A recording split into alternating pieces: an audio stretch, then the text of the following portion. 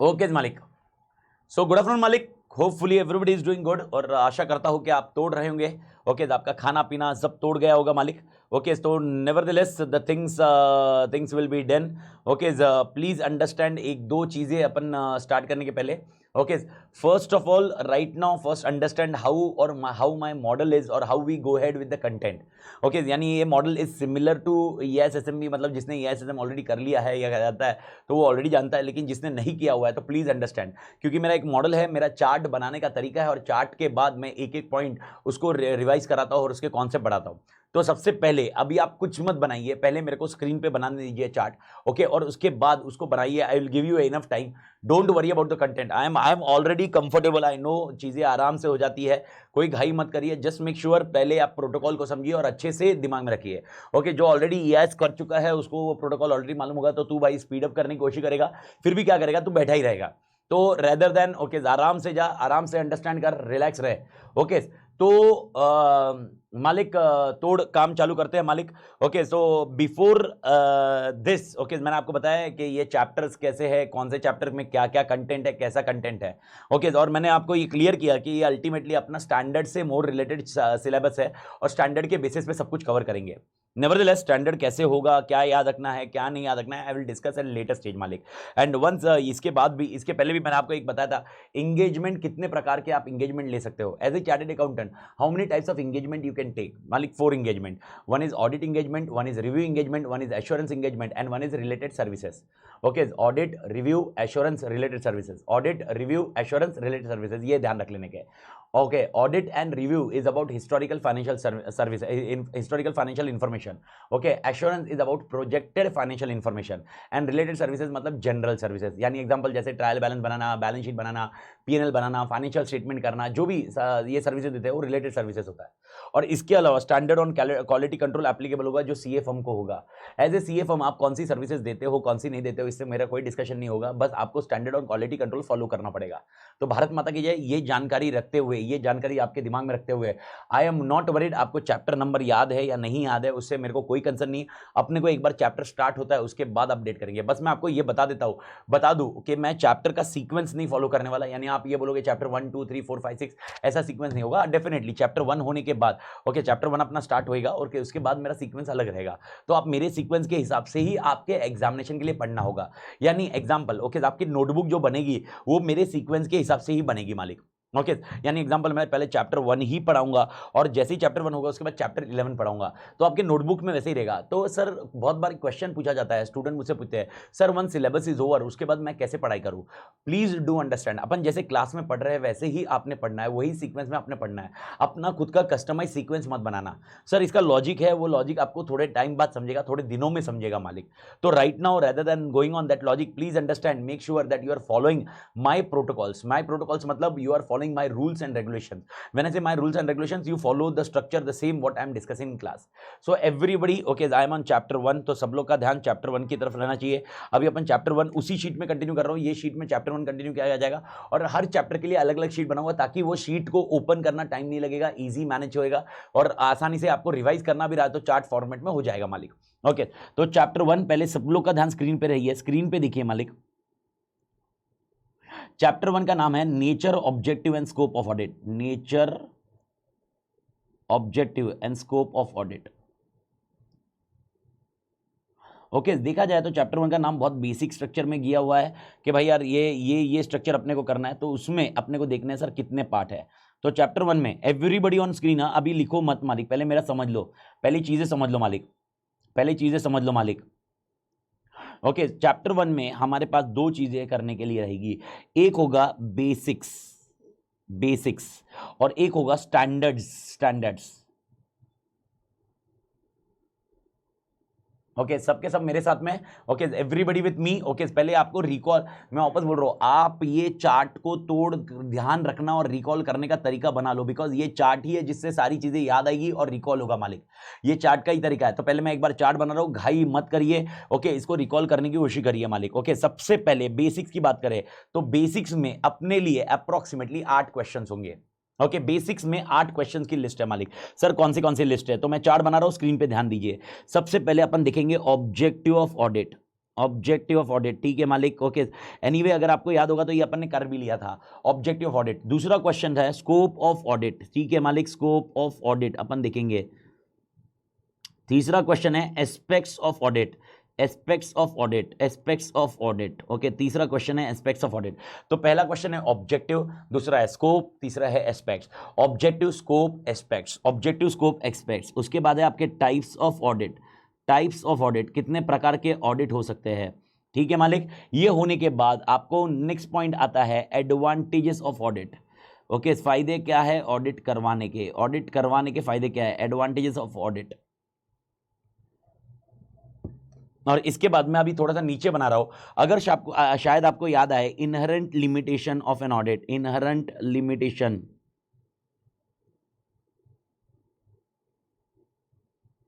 एक inherent limitation मैं आपको बता चुका हूं सर, ओके। जब मैंने आपको स्टार्टिंग में कॉन्सेप्ट समझाया था तभी मैंने आपको इनहेरेंट लिमिटेशन के बारे में बताया था कि there are certain limitations in audit, जिसकी वजह से हम लोग रीजनेबल एश्योरेंस देते हैं, हम लोग एब्सोल्यूट एश्योरेंस नहीं देते। So what are the reason behind it, why we don't give the absolute assurance, will be studying in inherent limitation. ये मेरे बाजू में inherent limitation of an audit. Inherent limitation of an audit होने के बाद और एक होगा दूसरे स्ट्रक्चर है, उनके साथ रिलेशनशिप क्या है, relationship of audit, relationship of audit, and last point qualities of auditor, qualities of auditor। Please understand, एकदम आराम से रखिए। स्क्रीन पे सबका ध्यान होना चाहिए, स्क्रीन पे सबका ध्यान होना चाहिए, स्क्रीन से ध्यान नहीं हटे सर। टोटल पहले बेसिक्स, पहला चैप्टर किस में डिवाइड करोगे, chapter 1 will be divided into 2 part, 1 will be basics and 1 will be standard. Sir basic के अंदर अपने पास कितने क्वेश्चन होंगे, बेसिक के ऊपर अपने पास 8 क्वेश्चन होंगे सर। नाम चाहिए objective, scope, aspect, objective, scope, aspect. उसके बाद है टाइप, उसके बाद है एडवांटेजेस।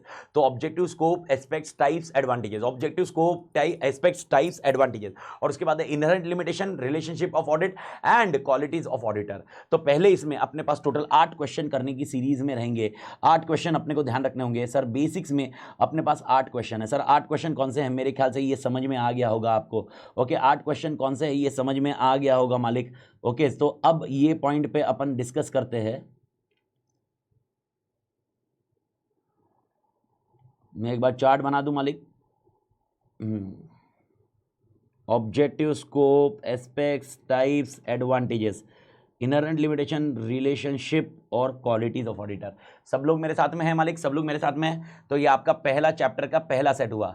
और स्टैंडर्ड में क्या होगा, अपने सिलेबस में यहाँ पर चैप्टर 2 में घाई मत करना, मैं आपको बता रहा हूँ, चार्ट बनाते वक्त दिक्कत हो जाएगी। यहाँ पर अपने इसमें ऐसे 220 डिस्कस किया जाएगा और दूसरा ऐसे 210 डिस्कस किया जाएगा सर, ओके। ऐसे 220 numbering, sir does numbering matters a lot, answer is yes. Without numbering आपको मार्क्स मिलना बहुत मुश्किल है, ओके। 100% ऐसा होगा, 4 मार्क का क्वेश्चन होगा और आपने कॉन्सेप्ट लिखा होगा तो नो डाउट 2 मार्क मिल ही जाएंगे। लेकिन अगर आपको 4 मार्क्स स्कोर करना है तो आपको नंबरिंग याद होना होगा। और सर नंबरिंग बहुत कंफ्यूजन है, 200, 210, 220, 230, 240, 245, 250, ओके सर, 250, 260, 245 नहीं है, 250, 260, 265, 299। साला ऐसा कोई सीक्वेंस नहीं है, ऐसा कुछ मेथड नहीं है, तो इसमें सब कंफ्यूजन हो जाएगा। तो सर उसको याद रखने का काम मेरे ऊपर छोड़िए, वो अपन एक 20-25 दिन के बाद जब अपने स्टैंडर्ड का पूरा स्ट्रक्चर खत्म हो जाएगा तब अपन डिस्कस करेंगे। पर जहां तक मैं ये स्टैंडर्ड करवा रहा हूं उस फॉर्मेट में आप रखते रहिए, उस फॉर्मेट में आप याद रखते रहिए। ज्यादा आपने इसमें हेडेक मत करना मालिक, यहां पर जैसे अपन जा रहे हैं उसी फॉर्मेट में आपने करना है। तो अब यहां पर स्क्रीन पे ध्यान दीजिए। तो सर चैप्टर 1 में कितना पढ़ना है, चैप्टर 1 में मेरे को इतना पढ़ना है। और उसमें मैं आपको बता दूं, मैंने स्टैंडर्ड 220 या स्टैंडर्ड 210 इनके फर्दर चार्ट्स नहीं बनाए, यानी ये चार्ट्स में मेरे और अपडेट होने वाले हैं, ये चार्ट्स में मेरे और अपडेट होने वाले हैं। एग्जांपल ऐसे 220 में मेरे पास और 6 चीजें आएगी और ऐसे 210 में 4 चीजें आएगी, यानी ऑल टुगेदर इसके 10 पॉइंट और बनने वाले हैं, तब जाके अपना चैप्टर 1 खत्म होगा मालिक, ओके। तो मेक इट श्योर आप जब ये चैप्टर चार्ट बनाओ तो ये चार्ट पहले इसलिए बनाओ कि दिमाग में ये सेट रहना चाहिए। मैं वापस बोल रहा हूं, देखो जब मेरा रिकॉल करने का तरीका ऐसे ही है। अगर किसी ने क्वेश्चन पूछा sir explain the inherent limitation of audit, मेरा पहला चार्ट जाता है इनहेरेंट लिमिटेशन है किसमें, उस सीक्वेंस से वो इनहेरेंट लिमिटेशन में जाता है और उसके बाद वो आंसर में जाता है, ओके। किसी ने पूछा sir what are the types of audit, फिर मैं चार्ट में जाता हूं, फिर टाइप्स ऑफ ऑडिट, फिर मेरे को किसी ने ऐसे 220 का क्वेश्चन पूछा, ऐसे 210 का क्वेश्चन पूछा, वो चार्ट जाता हूं और चार्ट से रिकॉल करता हूं। तो मेरे ख्याल से पहला फॉर्मेट सबके लिए क्लियर है कि इसको रिकॉल करने का तरीका क्या है मालिक। रिकॉल करने का तरीका ये चार्ट का फॉर्मेट है, घाई मत करना, बस make sure that you recall the chart first. आपका पूरा होल्ड लेना है, पहले चार्ट पे लीजिए, फिर अपन क्वेश्चन आंसर पे ध्यान रखते हैं। तो अभी एटलीस्ट सर क्लियर क्या हो गया? क्लियर ये हो गया मुझे 8 क्वेश्चन यहां पर पढ़ने हैं, इसके अलावा 6 क्वेश्चन उधर पढ़ने हैं, और उसके अलावा 4 क्वेश्चन, यानी टोटल 18 क्वेश्चन में चैप्टर 1 खत्म है। ओके, और थोड़े से प्लस माइनस के अंदर हो सकते हैं पर वो चार्ट में नहीं आएंगे। 18 क्वेश्चन चैप्टर 1 खत्म। तो मालिक आप इमेजिन करो अगर कोई भी चैप्टर को रिकॉल करना रहा, अब जब ये सारा सेट क्लियर होगा तो चीजें आसान होगी ना यार, रिकॉल करना आसान होगा। इसी पे एम्फसाइज करिए मालिक। तो मेरे ख्याल से पहला सेट ओके, मेरे ख्याल से सब लोग को क्लियर है। तो चैप्टर 1 का जो चार्ट बनाया हुआ है मालिक, सब लोग मेरे साथ में है, तो चैप्टर 1 का चार्ट बना लीजिए मालिक, पहले ये लिखिए, उसके बाद मैं इसको अपडेट करता हूं मालिक।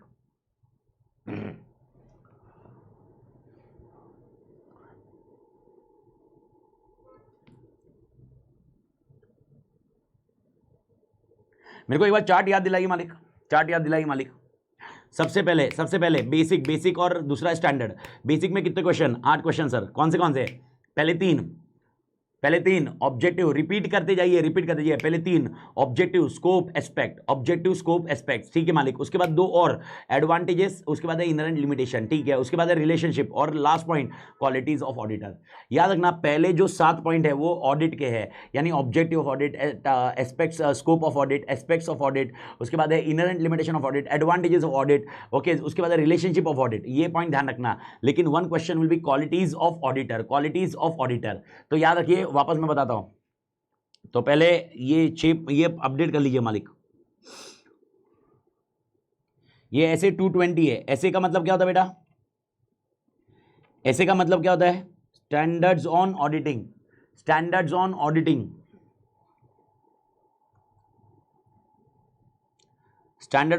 सर इसका पॉइंट अपन ने इस दिन लिखा था, याद होगा तो। ये स्टैंडर्ड्स ऑन ऑडिटिंग है। तो अपने सिलेबस में खाली स्टैंडर्ड्स ऑन ऑडिटिंग और SQC 1 है, जो मैं डिस्कस बाद में करूंगा। तो पहला ये पॉइंट है, इसको कवर कर लीजिए। यस प्रणव, अपन ने वही क्लियर किया अभी, पूरी स्क्रीन दिखा दी। चैप्टर का नाम nature, objective, scope of audit. Chapter का नाम याद नहीं रहा तो टेंशन लेने की जरूरत नहीं है, क्योंकि एग्जामिनेशन में क्वेश्चन नहीं आता। Explain the chapter name, chapter 1 name, please tell me which is chapter 2 name. तो ऐसे एग्जामिनेशन में क्वेश्चन नहीं आते मालिक, टेंशन लेने की जरूरत नहीं है। तो अपने को चैप्टर का नाम याद रहे नहीं रहे, गए तेल लेने, चैप्टर 1 आते ही आपके दिमाग में ये स्क्रीन रिकॉल होनी चाहिए।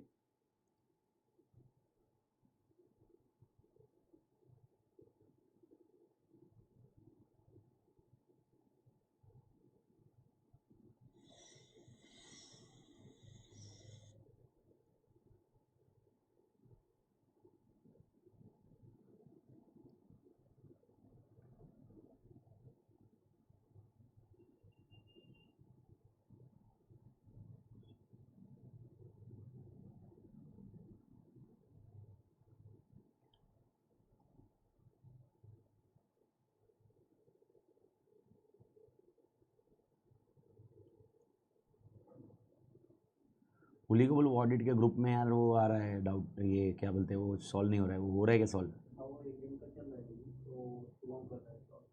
ये कीजिए, 2-3 जन में दिख रहा है। एक ऑडिट अपना पूना का चल रहा है, एक ऑडिट में वो चल रहा है पूना में, देखना 3-4 है। ठीक है, डन मालिक, परफेक्ट। तो मेरे ख्याल से कॉन्सेप्ट सबके दिमाग में गया। ये कॉन्सेप्ट मतलब ये जो स्टार्ट है वो दिमाग में गया, ठीक है। ओके मालिक, तो let's start with the content. तो अभी अपने को चैप्टर 1 स्टार्ट करना है, चैप्टर 1 का पहला स्टार्ट करना है। तो चैप्टर 1 का पहला क्वेश्चन है, okay, what is an objective audit. मेरे को नहीं लगता है कि ये आंसर मेरे को बताने की जरूरत है। रीजन सिंपल है, because this answer has been already discuss with you. Let's recall first 2 things. Okay, what is an audit. Okay, first day का डिस्कशन मैंने आपको दिया था, ऑडिट का डेफिनेशन रिकॉल करिए, आराम से जाइए। Okay, what is an audit, screen पे देखिए, स्क्रीन पे आपको दिख रहा है। Audit is an independent examination of financial statement of an entity और organisation, whether it is profit making और non profit making, and irrespective of size or legal form, and examination is conducted to provide or express an opinion. Okay, an opinion, बस that's it. Okay, what is the definition of audit? Definition of audit वापस याद रखिए sir. definition of auditing याद रखना जरूरी है क्या? देखो याद रखना तो क्या होगा, खासकर वैसे इसको याद रखा तो फायदा क्या होगा। ओके अगर आपने देखा होगा, रिकॉल करिए चार्ट को। ओके पहला क्वेश्चन है ऑब्जेक्टिव ऑडिट, दूसरा है स्कोप ऑफ ऑडिट, तीसरा है एस्पेक्ट्स ऑफ ऑडिट, चौथा है टाइप्स ऑफ ऑडिट, पांचवा है एडवांटेजेस ऑफ ऑडिट, छठा है inherent limitation of audit. Okay to make this answer more professional, to make this answer more professional, okay you may require to write an definition of audit. ऐसा हो सकता है, example you may come, the question में come like this, define auditing and explain what are the scopes to be covered in audit. Okay so आपको ध्यान रखना होगा, तो डेफिनेशन अपने को ध्यान रखना है। So what is the definition of auditing? एकदम इजी है। Auditing as it is an independent examination of financial statement of entity, whether profit making और non profit making, and irrespective of its size or legal form, and okay it does examination, and okay and such when such examination is conducted to form an opinion, okay such examination is conducted to form an opinion। वापस आते हैं, what is an audit? Audit का definition चाहिए, it is an independent examination of financial statement of entity, okay whether profit making or non profit making, comma irrespective of size or legal form, comma such examination is conducted to provide an opinion। यानी हमें opinion देना है, मालिक खत्म। Okay इसके बाद आपका पहला क्वेश्चन है, what is an objective of an audit? Objective of an audit is nothing but to obtain reasonable assurance that financial statement are free from material misstatement and to report on financial statement and communicate as required by SA in accordance with auditor finding. Okay so what is an objective of audit? पहले वापस आ जाते हैं, अब अपने अपने main structure पे आ रहे हैं। ओके सो मालिक मुझे बताइए ऑब्जेक्टिव ऑडिट क्या है? 100% मैंने आपको एक छोटा सा स्ट्रक्चर याद रखने लगाया, लेकिन उसका लॉजिक एकदम सिंपल है। What is an objective audit? Objective audit दो है, to provide a reasonable assurance that financial statements are free from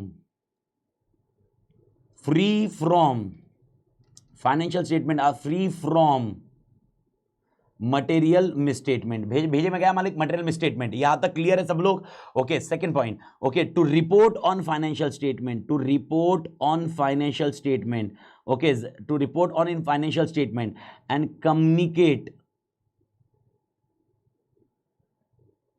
as required by SA, as required by SA, communicate as required by SA।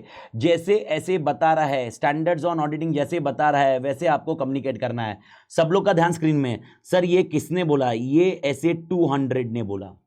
अब sir SA 200 का नाम क्या है, SA 200 क्या है? अभी हाल फिलहाल जब तक मेरा SA 200 का डिस्कशन नहीं आ रहा तब तक आप इसके ऊपर हेडेक मत करिए।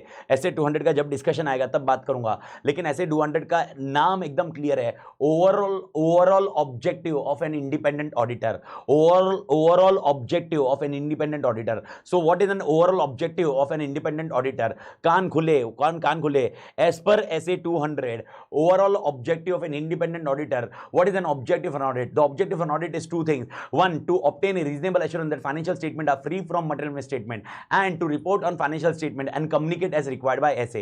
now please do understand, आपने reasonable assurance समझ लिया है, financial statement समझ लिया है, free from material misstatement समझ लिया है, report on FS समझ लिया है, and communicate as required by SA मतलब क्या है? जो हमें communication करना है, जो हमें अपने client को बताना है, everything what I need to communicate to the client it should be as per the requirement of SA। जैसा SA बोल रहा है वैसे हमने करना चाहिए, हमें अपनी मर्जी से नहीं करना चाहिए। इसीलिए अगर आपको याद होगा I have discussed this point earlier also that we are, ये standards on auditing क्या होंगे? ये standards on auditing एक framework होंगे जिसके थ्रू हम आगे जाएंगे, जिसके थ्रू हम आगे बढ़ेंगे। जैसे जैसे स्टैंडर्ड बताएगा वैसे वैसे हमने फॉलो करना चाहिए, जैसे जैसे स्टैंडर्ड बताएगा वैसे वैसे फॉलो करना चाहिए और अल्टीमेटली अपना ऑब्जेक्टिव अचीव होगा। अपना ऑब्जेक्टिव क्या है? ये है। तो मेरे ख्याल से पहला क्वेश्चन आपको क्लियर हो गया। ओके तो आपको ध्यान रखना होगा, सर ऑब्जेक्टिव ऑडिट किसने बताया है? ऑब्जेक्टिव ऑडिट किसने बताया है? ऑब्जेक्टिव ऑडिट किसने बताया है? कौन से स्टैंडर्ड ने ऑब्जेक्टिव ऑन ऑडिट बताया हुआ है? कौन से स्टैंडर्ड ने ऑब्जेक्टिव एंड ऑडिट बताया हुआ है मालिक? कौन से स्टैंडर्ड ने ऑब्जेक्टिव ऑडिट बताया हुआ है मालिक? कौन से स्टैंडर्ड ने ऑब्जेक्टिव ऑडिट बताया हुआ है? स्टैंडर्ड नंबर क्या है? विच standard has defined objective and audit?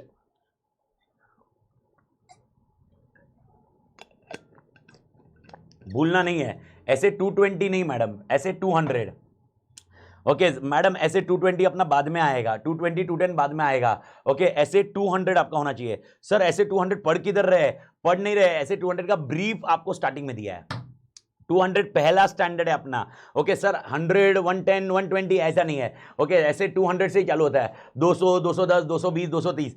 नहीं भाई 210 भी नहीं बता रहा, 220 भी नहीं बता रहा, 200 बता रहा है। ऐसे 200 याद रखिए, इधर स्क्रीन पे देखिए मैंने क्लियरली हाईलाइट किया है। ओके और स्टैंडर्ड का नाम किसी को चाहिए तो स्टैंडर्ड का नाम है objective of independent auditor.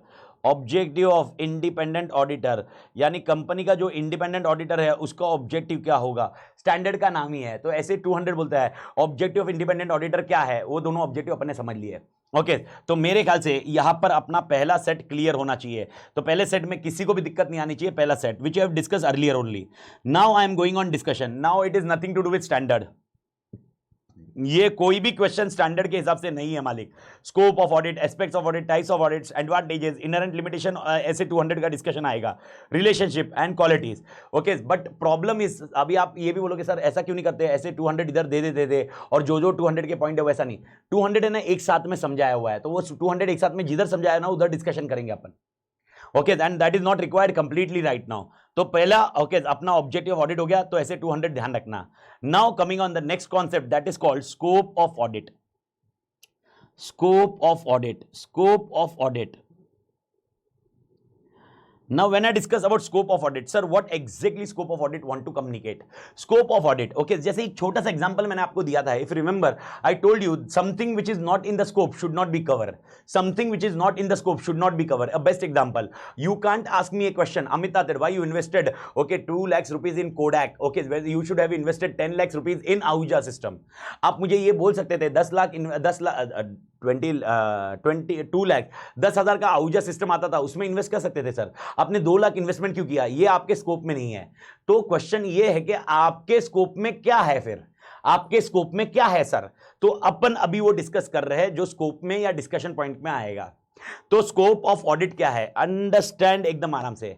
Okay the following points are merit consideration, the following points are merit consideration in scope of audit, in regard to scope of audit. यानी जो मैं पॉइंट डिस्कस कर रहा हूं ये पॉइंट्स आपके मेरिट कंसिडरेशन देंगे। Merit consideration मतलब प्रायोरिटी पॉइंट है सर। पहला पॉइंट ओके सबसे पहला पॉइंट ये लोग बोलते हैं, ऑडिटर को बोला जाता है ऑडिटर तेरा स्कोप है all aspects to be covered. Okay सारे के सारे you should cover all aspects which are relevant to financial statement. Okay, which are relevant to financial statement. Now please understand, बिना एग्जाम्पल के मैं कुछ समझा नहीं पाऊंगा और ये एग्जाम्पल अपने डिस्कशन में आएगा। Okay, please auditor you should be organized audit in such a way, you should organize audit in such a way that you should cover all aspects which are relevant to financial statement. I am very clear with the word which are relevant to financial statement. My point is एकदम clear cut. मेरे को बताओ datas को check करना financial statement के relevant में है कि नहीं है।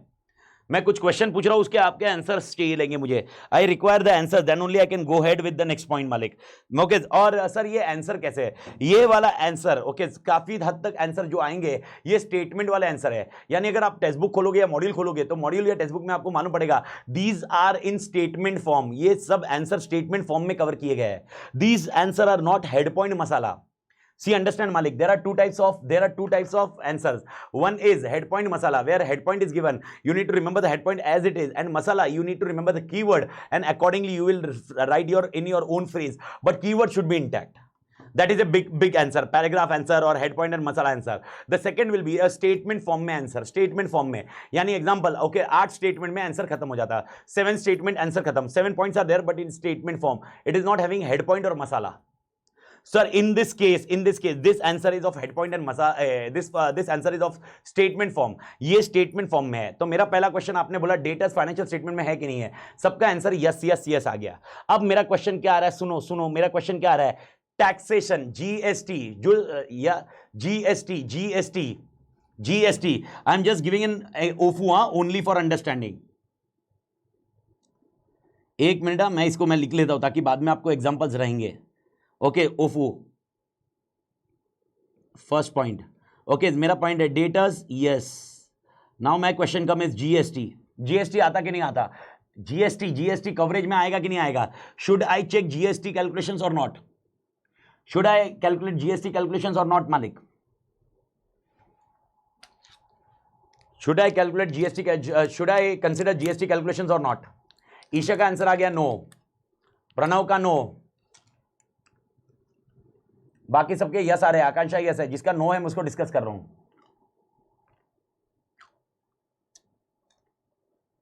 ओके महानता यस बोल रहा है, रिद्धि यस, आकांक्षा यस है, शुभम यस है, सुमित नो बोल रहा है, अभी और एक नो आया। ठीक है चलो, लेट अंडरस्टैंड मालिक, प्लीज अंडरस्टैंड। डेटस को आप 100% डेटस बोलोगे भाई, डेटस तो तोड़ है ही है, 100% डेटस तोड़ है, मैं उस पर डिबेट नहीं कर रहा। सर जीएसटी का कैलकुलेशन भी आपके स्कोप में आएगा।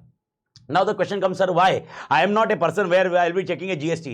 Please understand how it impact on financial statement. Understand. अगर GST का कैलकुलेशन आपने नहीं किया, GST का कैलकुलेशन नहीं किया, आपके फाइनेंशियल स्टेटमेंट के फिगर सही रहेंगे क्या?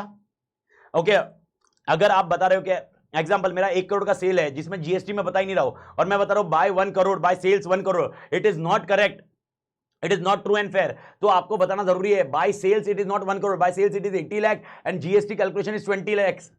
This is how you need to understand GST. मेरे ख्याल से मालिक समझ में आया। तो जीएसटी एप्लीकेबल है, जीएसटी का देखना पड़ेगा। जीएसटी आ गया मतलब डायरेक्ट टैक्स भी आ गया, आपने ध्यान में रखना है। ओके अब मेरा क्वेश्चन और एक आ रहा है, अभी समझो शुरू। अपना क्लाइंट, मेरे आंसर को अच्छे से देना, अच्छे से पॉइंट देना मेरे को। ओके अपना क्लाइंट की फैक्ट्री है और मुझे यह पता करना है फैक्ट्री में चाइल्ड लेबर है कि नहीं है, फैक्ट्री में चाइल्ड लेबर है कि नहीं है। मेरे को बताओ क्या ये स्कोप में आएगा, क्या ये स्कोप में आएगा कि नहीं आएगा? फैक्ट्री में चाइल्ड लेबर है कि नहीं है? टैक्स ऑडिटर अलग अलग कैलकुलेशन है, इसमें मत जाओ, अपन फाइनेंशियल स्टेटमेंट का ऑडिटर बेटा। पर टैक्स मेरे को बताओ, टैक्स क्यों कैलकुलेशन करना है मुझे? टैक्स इसलिए देखना है, फाइनेंशियल स्टेटमेंट में तो दिखेगा ना। ओके आपने अकाउंटिंग स्टैंडर्ड में पढ़ा होगा, एक्यूमुलेटेड टैक्स जो भी होगा, ओके टैक्स का प्रोविजन देना होगा, टैक्स के प्रोविजन के बिना काम ही नहीं होगा। अगर टैक्स के प्रोविजन नहीं दोगे तो financial statement are not true and correct. उस एंगल से I am not a tax auditor, मैं नहीं देखूंगा टैक्स के हिसाब से जो डिडक्शन चाहिए थे वो नहीं देख रहा हूं, लेकिन टैक्स का जो प्रोविजन है वो अकाउंटिंग स्टैंडर्ड के हिसाब से बराबर आएगा नहीं। ओके अब मेरे को बताओ चाइल्ड लेबर का, फैक्ट्री चाइल्ड लेबर, सब लोग का answer no no no no आया है। मनीष लोया ने भी नो बोला, मां कसम मनीष जी आपसे उम्मीद नहीं थी मालिक, सबका नहीं आया है। ओके मुकुल भी नहीं बोला, वाजद भाई नहीं बोले, आप नहीं बोले, कौस्तुभ तू भी नहीं बोल रहा, मां कसम सब लोग नहीं बोल रहे। ईशा जी ने यस बोला है, ईशा जी ने यस बोला है। ईशा जी आपसे थोड़ा सा मैं और लिखित चाहूंगा। Okay can you tell me why it is yes और हाउ इट इज एप्लीकेबल? एक दो लाइन में, कुछ एक आध लाइन में आप बता दीजिए प्लीज, राइटिंग करके, बिकॉज ये सबसे इंपॉर्टेंट डिस्कशन है मेरा। तो मेरा पहला पॉइंट खत्म। ओके खाली ये एक ही जन ने यस बोला है, ईशा जी ने यस बोला है, बाकी सबने नो बोला है। मेरा क्वेश्चन ये है कि how child labour will have impact on financial statement, how child labour will have impact on financial statement. Isha ji आपके आंसर के इंतजार रहेगा मालिक।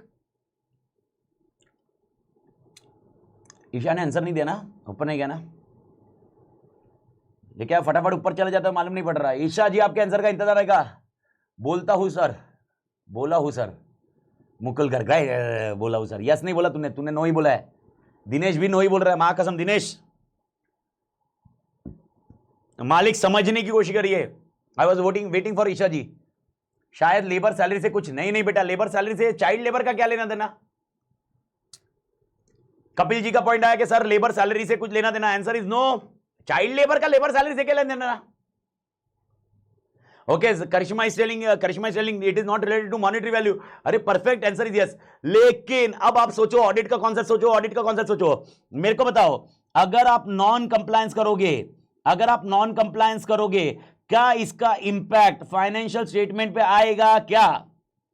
Answer is yes sir. किस फॉर्म में? डिस्क्लोजर करने पड़ सकते हैं। गोइंग कंसर्न, किधर भूल रहे हो आप?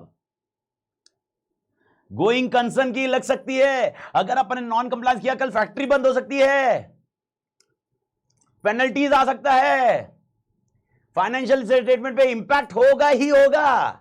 ओके, डिस्क्लोजर रिक्वायर्ड है कि भाई यार हमारा नॉन कंप्लायंस हुआ है, हमारा गोइंग कंसर्न इंपैक्ट हो सकता है, पेनल्टीज लग सकती है, ये सारी चीजें फाइनेंशियल स्टेटमेंट में, इसलिए ये भी आएगा। तो आपको समझना होगा, डू अंडरस्टैंड। एक दिन में आपको ये सारे स्कोप नहीं समझ में आएंगे, लेकिन आपको अभी समझ में आया कि हां सर, अच्छा मतलब अगर कुछ लॉ रेगुलेशन है जिसका इंपैक्ट फाइनेंशियल स्टेटमेंट पे होगा, वो भी आपको चेक करना है। 100% फाइनेंशियल स्टेटमेंट जो रिलेवेंट है वो तो देखने वाले हो। सर कौन सा? एक एग्जांपल आपको याद होगा, एक एग्जांपल मैंने इसे डिस्कस किया था। ये फाइनेंशियल स्टेटमेंट अगर आपको याद होगा, मैं बोला था 300 आइटम है, वो 300 तो 300 चेक करने ही हैं। 300 कौन से नहीं चेक करने हैं? 300 तो चेक करने ही है मालिक। प्रॉब्लम ये 300 के रिलेटेड कुछ है क्या, वो भी आपको चेक करना होगा। इसीलिए अगर देखोगे डेटर्स मैंने बता दिया, जीएसटी मैंने बता दिया, फैक्ट्री, चाइल्ड लेबर। अब जीएसटी का क्या है? Direct impact on financial statement है। कान खुले एवरीबॉडी विथ मी। जीएसटी का direct impact on financial statement है, लेकिन चाइल्ड लेबर का डायरेक्ट इंपैक्ट है या इनडायरेक्ट इंपैक्ट है? बैठा दिमाग में? आई डू थिंक सबको बैठ रहा है दिमाग में। जीएसटी का डायरेक्ट इंपैक्ट है, यानी फाइनेंशियल स्टेटमेंट में फिगर दिखने वाले हैं। चाइल्ड लेबर का फिगर नहीं दिखने वाला है, लेकिन चाइल्ड लेबर का इनडायरेक्ट इंपैक्ट इसमें हो सकता है। इसीलिए अपने को ये कवर करना जरूरी है। तो आपका फर्स्ट पॉइंट ऑफ स्कोप मेरे ख्याल से क्लियर हो गया। तो first point of scope cover हो गया। First point of scope cover all aspects which are relevant to financial statement. Okay मालिक, second point. Okay, second point, to form an opinion okay on FS, okay, auditor to be satisfied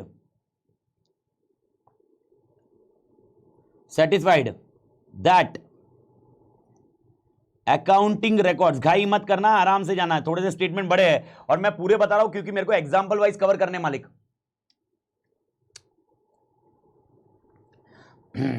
Auditor satisfied that accounting records is reliable and sufficient. Okay, यानी second point. Okay, second point पे आप रहिए अभी। Second point मालिक, second point सही है मालिक, सही है। ओके, सेकेंड पॉइंट पे देखिए, दूसरा स्कोप क्या है? I need to form an opinion on financial statement. And therefore, to form an opinion on financial statement, auditor should be reasonably satisfied that accounting records are reliable and sufficient. इसके लिए मैं second point में आपको update कर देता हूं। इसका मतलब क्या है मालिक? इसका मतलब सोर्स रिलायबल होना चाहिए। क्या रिलायबल होना चाहिए? सोर्स रिलायबल होना चाहिए। Anybody who can give me example? ये एग्जांपल मैंने दिया हुआ है। सोर्स रिलायबल है कि नहीं, ये आपका स्कोप है, ये आपको चेक करना जरूरी है। ये आपका स्कोप है, सोर्स रिलायबल है कि नहीं? Give me an example. Source reliable है कि नहीं? गिव मी एन एग्जांपल मालिक, give me an example. I given you the example already. Source reliable है कि नहीं, इसका एग्जांपल क्या होगा? ओके, एडी मतलब पिछला लेक्चर ही दिया, बस गैप आ गया आपके इसमें, लेकिन ठीक है, रिकॉल हो सकता है मालिक।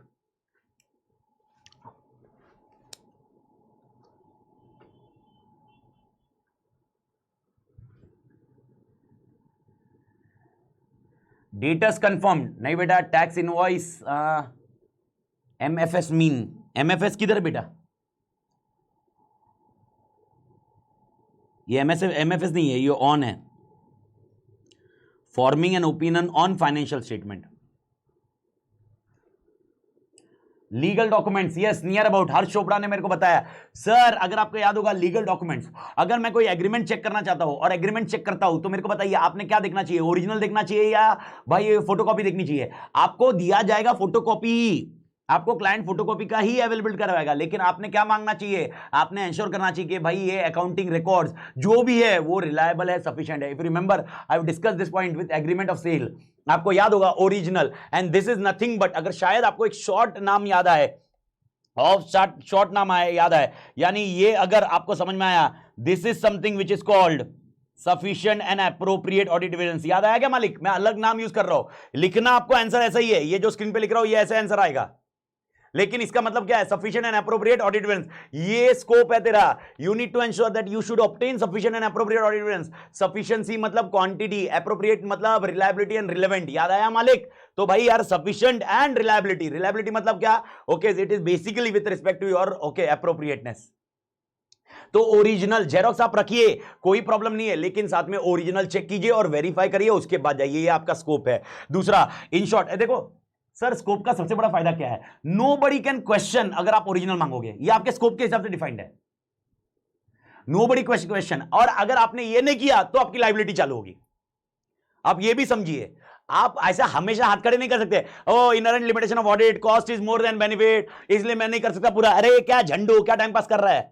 नहीं चलेगा भाई, हर टाइम हाथ खड़े नहीं कर। ये स्कोप है, ये किया क्या तूने?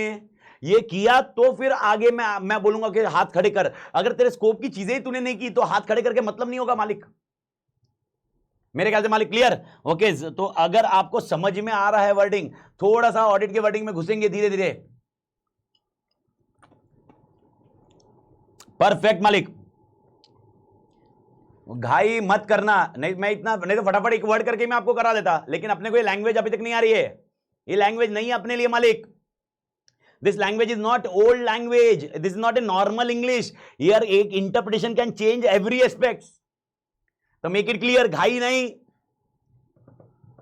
ऐसे मैटर ऑफ 2-3 लेक्चर जब एक बार एडेप्ट हो जाओ आप ये लैंग्वेज के साथ तो चीजें आसान हो जाएगी।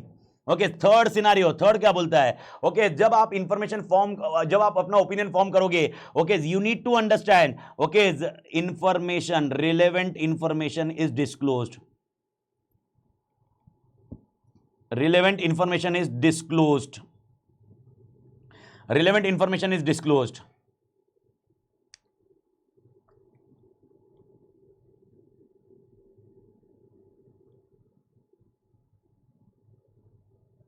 Sir what is the meaning of relevant information is disclose? इसमें दिमाग मत लगाइए, इसका बेस्ट एग्जांपल थर्ड पॉइंट, मेरे ख्याल से आपको मालूम होगा, फाइनेंशियल स्टेटमेंट में डिस्क्लोजर चाहिए। डिस्क्लोजर में आपने रिलेवेंट इंफॉर्मेशन डिस्क्लोज करनी चाहिए, रिलेवेंट इंफॉर्मेशन डिस्क्लोज करनी चाहिए। ओके, रिलेवेंट इंफॉर्मेशन डिस्क्लोज करनी चाहिए। I don't know how many of you are aware okay disclosure के बारे में, लेकिन I can just give an example. अगर आपको मालूम है inventory loss by fire, inventory loss by fire, अगर कोई इन्वेंट्री है जो फायर की वजह से गई है तो हमें डिस्क्लोजर लगेगा। अगर आपको मालूम है ओके अगर आपको मालूम है any item which is after the balance sheet date, हमें डिस्क्लोजर लगेगा। हमारे अगेंस्ट केस हो रहा है, केस अभी तक फाइनल नहीं हुआ है, केस अभी तक सक्सेसफुल नहीं हुआ है, कंटिंजेंट लायबिलिटी है, हो सकता है केस हमारे अगेंस्ट सक्सेसफुल हो। ओके, हमें डिस्क्लोजर करना होगा। ये सारे डिस्क्लोजर बरोबर है कि नहीं ये चेक करना है। ओके, ये सारे डिस्क्लोजर बरोबर है कि नहीं ये चेक करना है। ये हो गया तुम्हारा नेक्स्ट पॉइंट, ये हो गया तुम्हारा नेक्स्ट पॉइंट मालिक। क्या हो रहा है यार?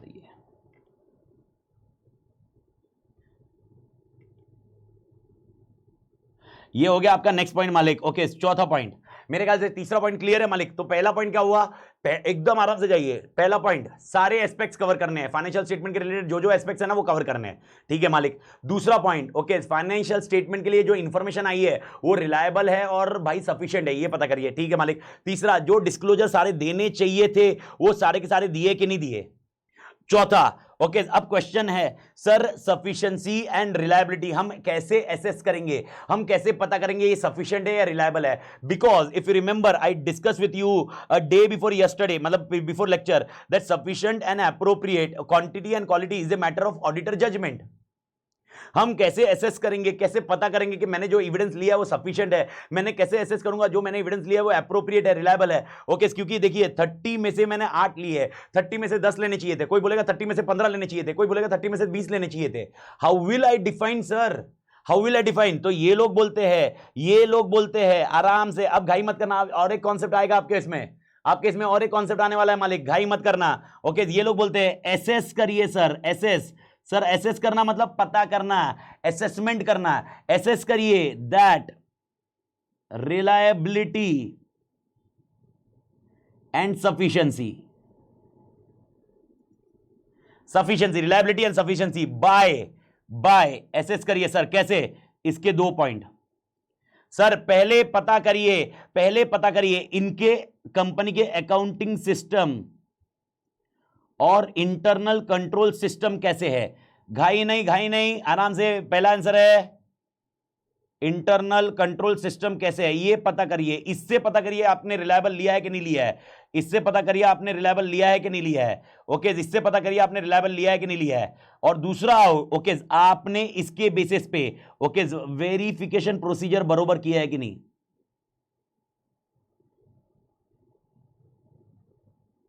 वेरिफिकेशन प्रोसीजर बरोबर किया है कि नहीं। ओके, सबका ध्यान इधर। अब मेरे क्वेरी, अब मेरा पॉइंट, अब मेरा discussion.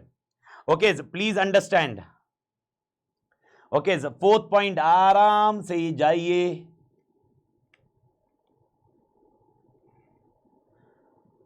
Fourth point, okay, point समझना शुरू, मैं क्या बोल रहा हूं। अब दो केस लेके आ रहा हूं आपके सामने। ओके, दो सिचुएशन लेके आ रहा हूं, एक सिचुएशन और दूसरा situation. Okay, situation A, situation B. आराम से मेरे को बताइए, सिचुएशन ए का मैं सिचुएशन बताता हूं।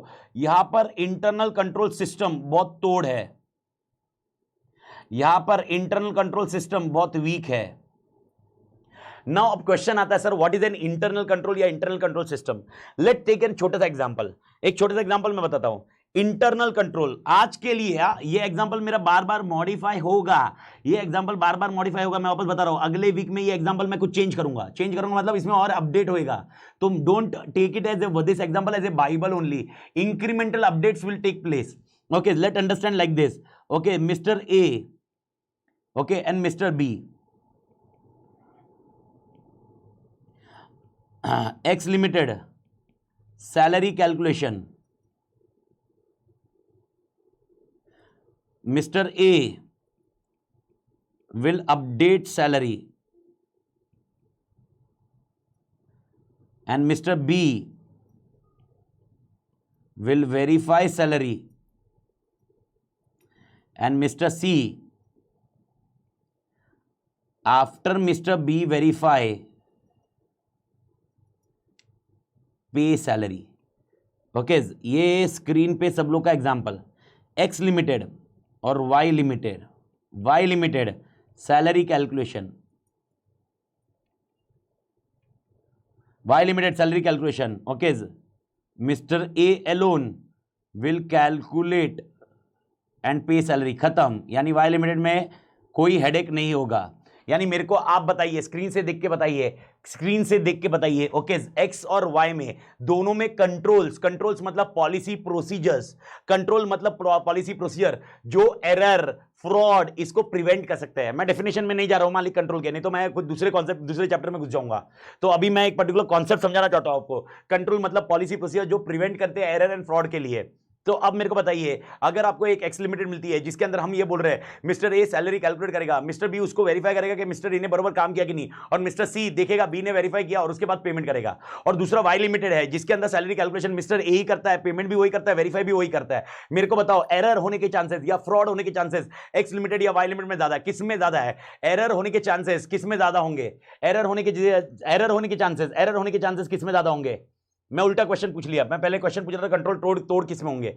Nevertheless okay, whatever you suggest. Okay, आप दो अलग अलग आंसर है। अगर मैं बात करता हूं एरर होने के चांसेस किस में ज्यादा होंगे, तो 100% वाई लिमिट में ज्यादा होंगे। इसका मतलब मैं उल्टा करूं, कंट्रोल किस में तोड़ है, तो 100% अगर आप देखोगे तो एक्स लिमिटेड में एग्जांपल ए, एक्स लिमिटेड में कंट्रोल तोड़ होंगे। तो मेरे को बताओ, एरर और फ्रॉड होने के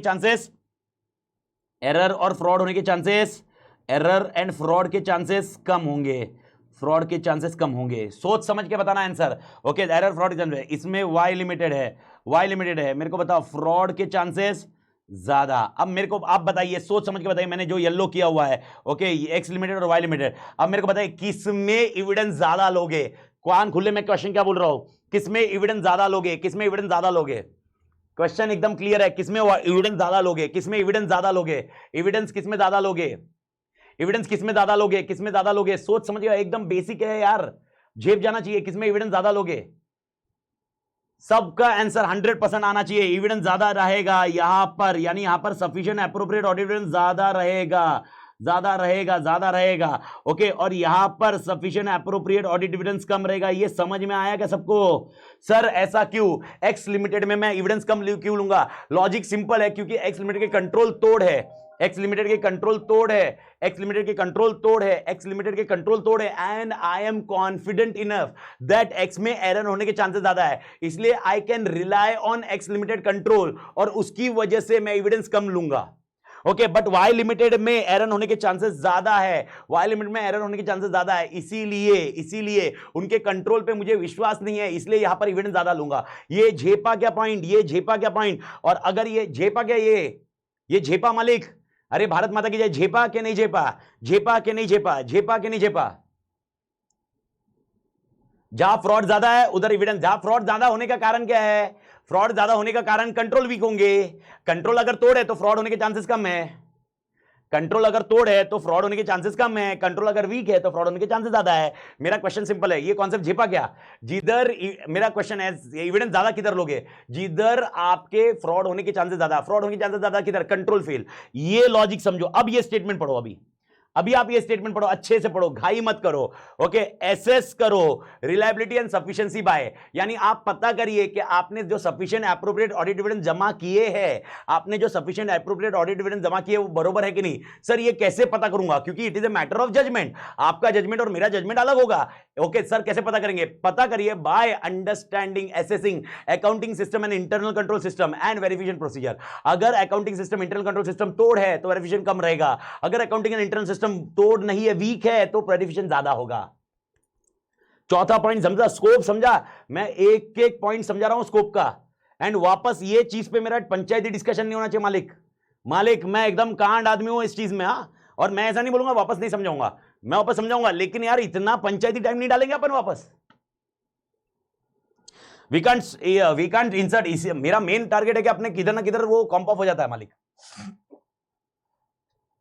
समझ में आया। यानी sir sufficient and appropriate audit evidence, ये तो जजमेंट है, आप और मेरा जजमेंट मैच नहीं होगा, लेकिन हम पता कैसे करें ये बरोबर किया कि नहीं किया है। तो ये लोग बोलते हैं पता करो बाय एसेसिंग उनके इंटरनल कंट्रोल सिस्टम एंड तुम्हारे वेरिफिकेशन प्रोसीजर। अगर उनके इंटरनल कंट्रोल सिस्टम तोड़ है तो तुम्हारे वेरिफिकेशन प्रोसीजर कम रह सकते हैं, लेकिन अगर उनके इंटरनल कंट्रोल वीक है तो तुम्हारे वेरिफिकेशन प्रोसीजर अच्छे होने चाहिए। सफिशिएंट एसएई मींस क्या है नेहा जी, एसएई मींस है sufficient and appropriate audit evidence.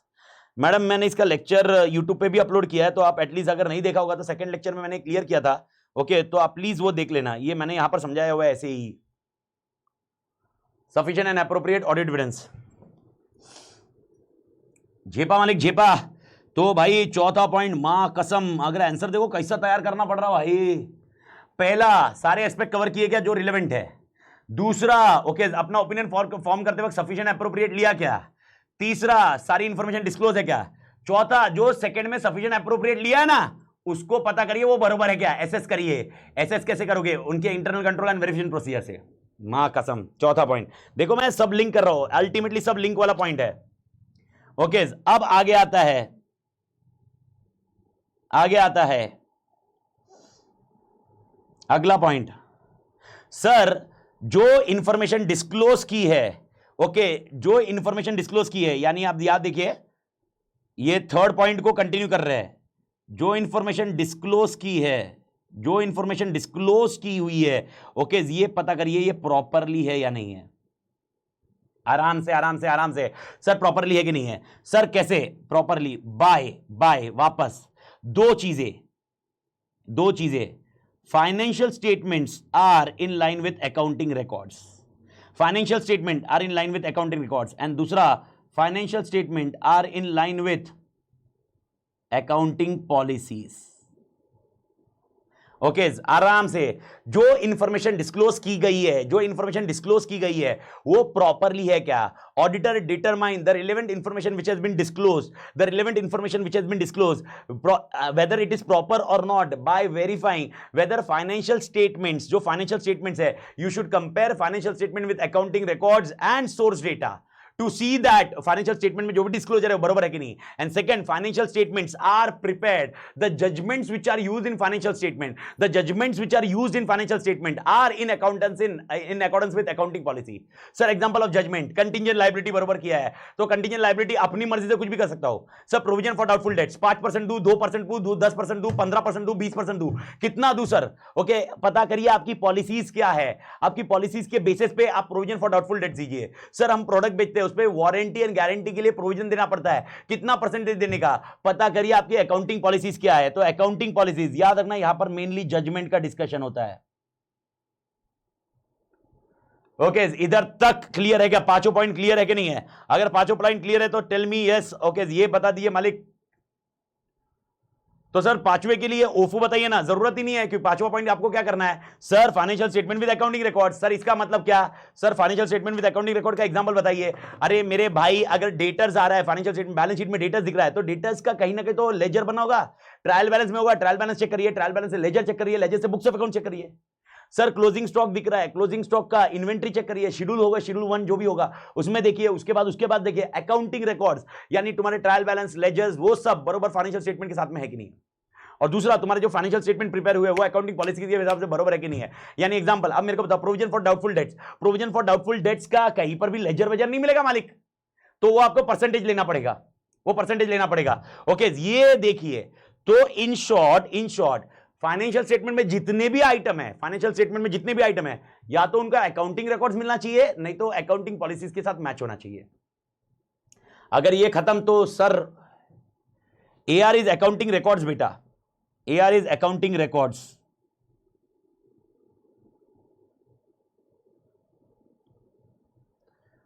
इसको फुल फॉर्म ही लिख देता हूं, कंफ्यूजन नहीं हो फिर। पर लेकिन क्या होगा मालिक मालूम क्या, शॉर्ट फॉर्म की आदत डालनी पड़ेगी कि बहुत बार ये आने वाले words.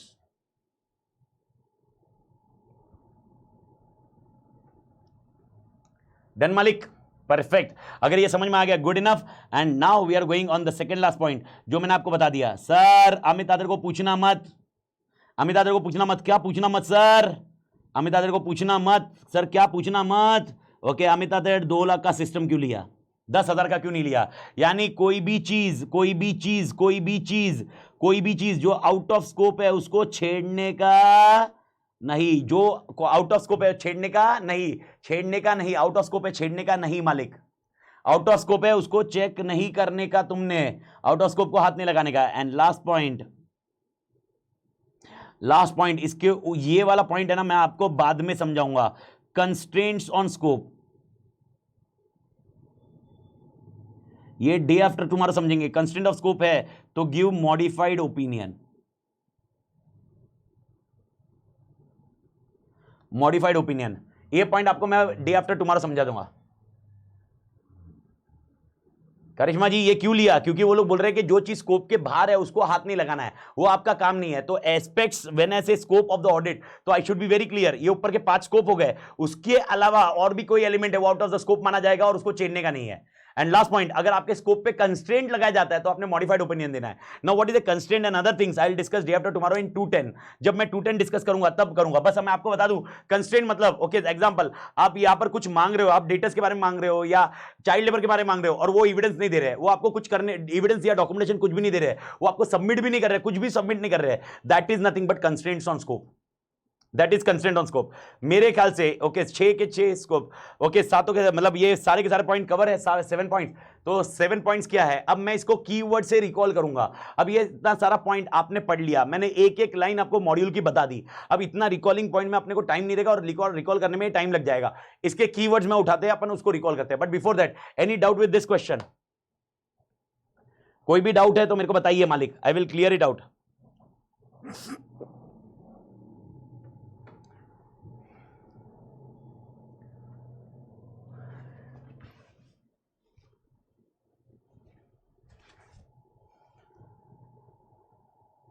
Perfect perfect perfect perfect. Okay तो अगर किसी को डाउट रहा, कुछ लेटर ऑन बाद में आता है, तो do let me know with a WhatsApp. Okay मेरे को मैसेज कर दीजिए। लेकिन एक 2-4 दिन है ना, मैं थोड़ा डाउट कम दूंगा, रिस्पॉन्ड करूंगा। रीजन सिंपल है, 2-4 दिन है ना मैं क्या कर रहा हूँ, गले को आराम दे रहा हूँ। मतलब अभी लेक्चर होने के बाद मैं चुप बैठने वाला हूँ। अपना क्लियर प्रोटोकॉल है 3-4 दिन तक और चुप रहने का। ओके उसके बाद मेरे ख्याल से वो नॉर्मल सी में आ जाएगा मालिक, क्योंकि सुबह ऑल टुगेदर एक 9 घंटा यूज हो रहा है गला, तो later on will check it out. तो 2-4 दिन आपको ये मैं डाउट में अपडेट कर दूंगा मालिक। ओके तो ये देख लेंगे मालिक।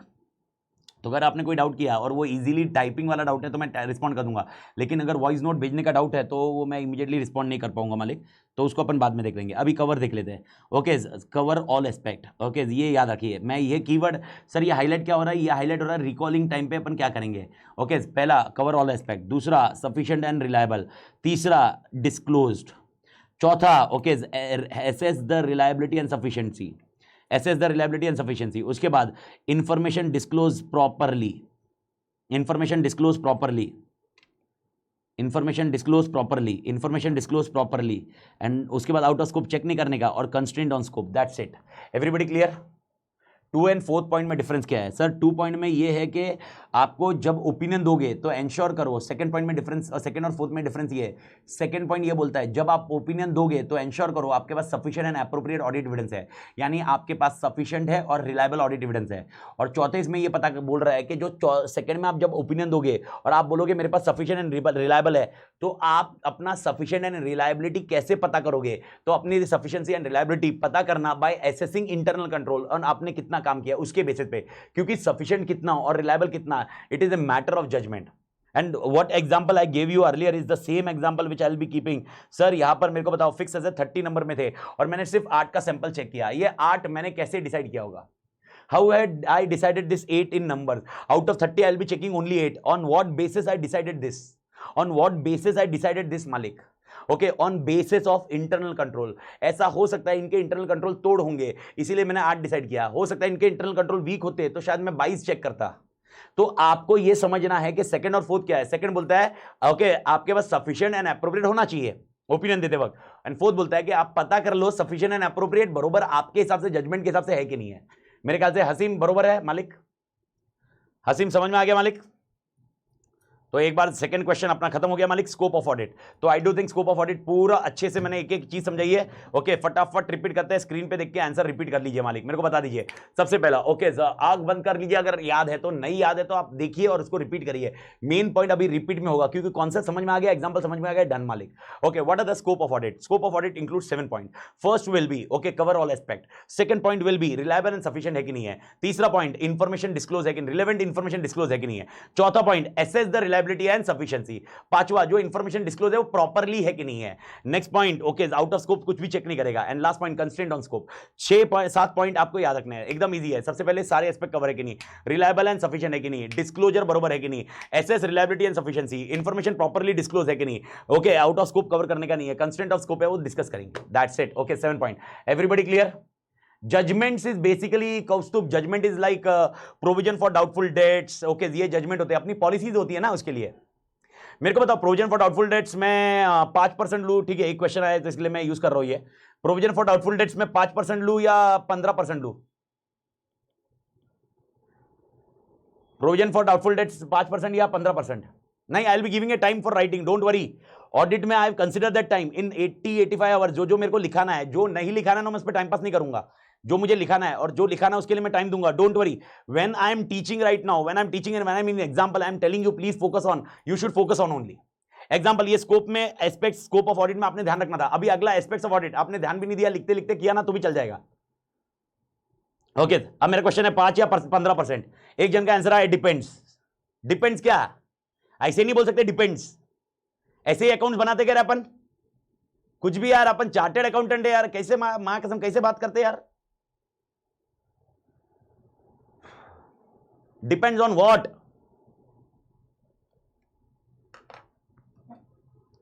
डिपेंड आपके पहले कितने बैड डेट से, ऐसे थोड़ा ना होते बेटा।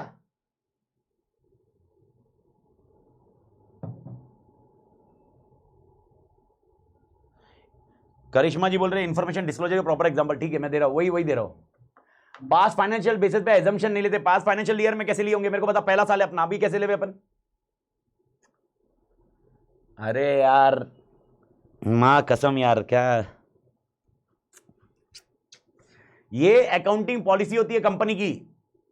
Every company does have a policy, every company should have a policy about this, this is accounting standard.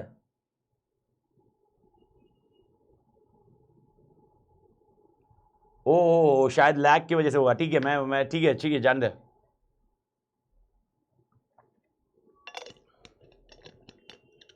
Depend on size of business मत बोलिए, we are chartered accountant, we should always have a policies and that is accounting policies and accounting policies should be based on accounting standard। अब एक छोटा सा question आया था, मैं उसको अपडेट कर देता हूं, उसके बाद मैं अगले इसमें मतलब ये लिखने को बोलता हूं और उसके बाद जाता हूं। अभी पहले एक बार सुन लीजिए, एक बार इस चीज को जो डाउट आ रहे होंगे ना दिमाग में क्लियर कर लीजिए, बिकॉज ये स्टार्ट पॉइंट ऑडिट का। सर इसके लिए एग्जांपल, इसके लिए वैसे एग्जांपल की जरूरत नहीं है, मिटाने वाला हूं, लेकिन आपको चाहिए, मैं अपडेट कर रहा हूं। सर ये मेरे को चेक क्या करना है, फाइनेंशियल स्टेटमेंट में ओके डेटर्स का वैल्यू, डेटर्स का वैल्यू 10,000 आया है okay, minus provision for doubtful okay 1,000 किया है और 9,000 आया है, ये बरोबर है कि नहीं ये चेक करिए, ये बरोबर है कि नहीं ये चेक करिए। तो सर फिर इधर क्या था, ये तीसरे इसमें क्या था, तीसरे इसमें relevant information is disclosed. Third and fifth में क्या डिफरेंस है, थर्ड में relevant information is disclosed okay. Example related party transaction है तुम्हारे कोई, या गुड्स लॉस बाय फायर है, या कंटिंजेंट लायबिलिटी है जो तुम्हें नोट्स में देनी चाहिए, वो नोट्स वाला पॉइंट है, नोट्स वाला पॉइंट ये वाला। सर ये नोट्स वाला पॉइंट नहीं है, ये profit and loss account, balance sheet, इसके अंदर जो डिस्क्लोजर है वो वैल्यूएशन है, वो बरोबर है कि नहीं। तो अब क्वेश्चन आएगा सर मेरे को बताइए ओके ये मैं कैसे चेक करूंगा, तो डेटर्स मैं कैसे चेक करूंगा, डेटर्स मैं चेक करूंगा लेजर से, लेजर निकालूंगा, लेजर को अकाउंटिंग रिकॉर्ड्स बोलते हैं बेटा, अकाउंटिंग रिकॉर्ड्स बोलते हैं। और ये कैसे चेक करूंगा, ये अकाउंटिंग पॉलिसीज देखूंगा कंपनी की, अकाउंटिंग पॉलिसीज क्या है, अकाउंटिंग पॉलिसीज अकाउंटिंग स्टैंडर्ड के हिसाब से मैच होती है कि नहीं, ये सब चेक करेंगे। मेरे ख्याल से समझ में आया, I do think you understood. तो third is basically disclosure and fifth is basically with respect to this point. 5% और 15% का अलग है, कंपनी क्या करेगी, अपनी पॉलिसी मॉडिफाई करेगी। पुष्कर का क्वेश्चन है 5% से 15% हो गए तो debts by bad debts, accounting policy modify होती है मालिक, यार ये अकाउंटिंग है यार, ये पॉलिसी मॉडिफाई करेंगे अपन। पर एक साल में 15 हुआ, लेकिन पिछले 5 साल से अपन काम कर रहे हैं, पिछले 5 साल से 5% ही हो रहा है, खाली एक साल में 10% हुआ, 15% हुआ, तो एक साल के लिए चेंज नहीं करते अपन। कोविड की वजह से ऐसा है, हर साल थोड़ी ना होने वाला है, एक्सेप्शनल ये पॉलिसीज होती है बेटा। And these all policies are based on Malik, please be clear, these all policies are based on accounting standards and Indian accounting standard, whatever you follow. Okay, I do think now you got the point, got the point. Okay, make sure ये आप ये लिख लो, example नहीं भी लिखा, example बाद में लिख लो, ये पहले लिख लो ताकि इसमें से कुछ ये पूरा रट जाए आपको।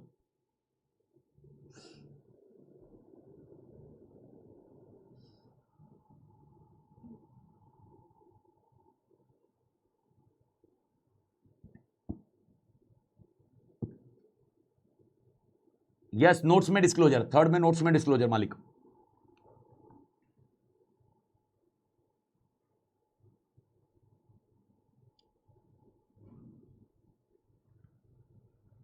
दो मिनट देते हैं, 2 मिनट, 2 से 3 मिनट में लिख लीजिए। जब वो रिकॉर्डिंग 1 घंटा 4 मिनट पे आ जाएगी तब मैं चालू करेंगे अपन। अब मेरे को तो साइड करने की जरूरत नहीं है बिकॉज मेरे बाजू में ही दिख रहा है।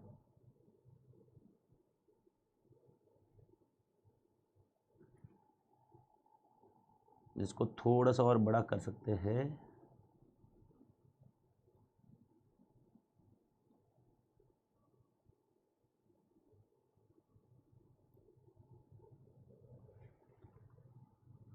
एक सेकेंड ना, मैं इसको बड़ा करने के इसमें हूँ।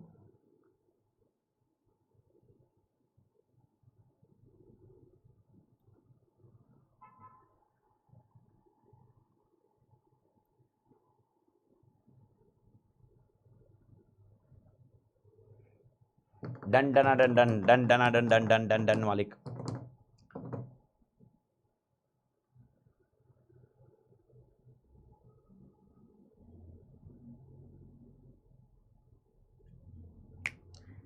What are the scope of audit? Okay, so 7 points. पहला, whether it cover all aspects or not. ठीक है मालिक। Second, whether you have obtained sufficient and reliable audit evidences or not. यानी second point is sufficiency and reliability. ठीक है मालिक। Third, all relevant information has been disclosed or not. ठीक है मालिक। Fourth, okay, you are assessing reliability and efficiency. Sufficiency, okay, is what you are discussing second point. You should assess whether it is sufficient and reliable. Okay मालिक। Fifth, okay, information disclosed is proper or not. And sixth, out of scope should not be covered. And last, constraint on scope. Okay, you should provide modified opinion. Now last point I have kept it pending, which I'll be discussing in essay 210. जब अपना last answer होगा chapter का day after tomorrow, तब अपन उसके ऊपर discuss करेंगे 1-1.5 दिन का, परसों के इसमें।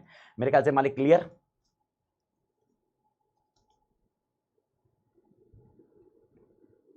दिनेश का कहना है सर मालिक बैड डेट्स के लिए हम लोग इंडस्ट्रियल नॉर्म्स भी तो कंपेयर कर सकते हैं।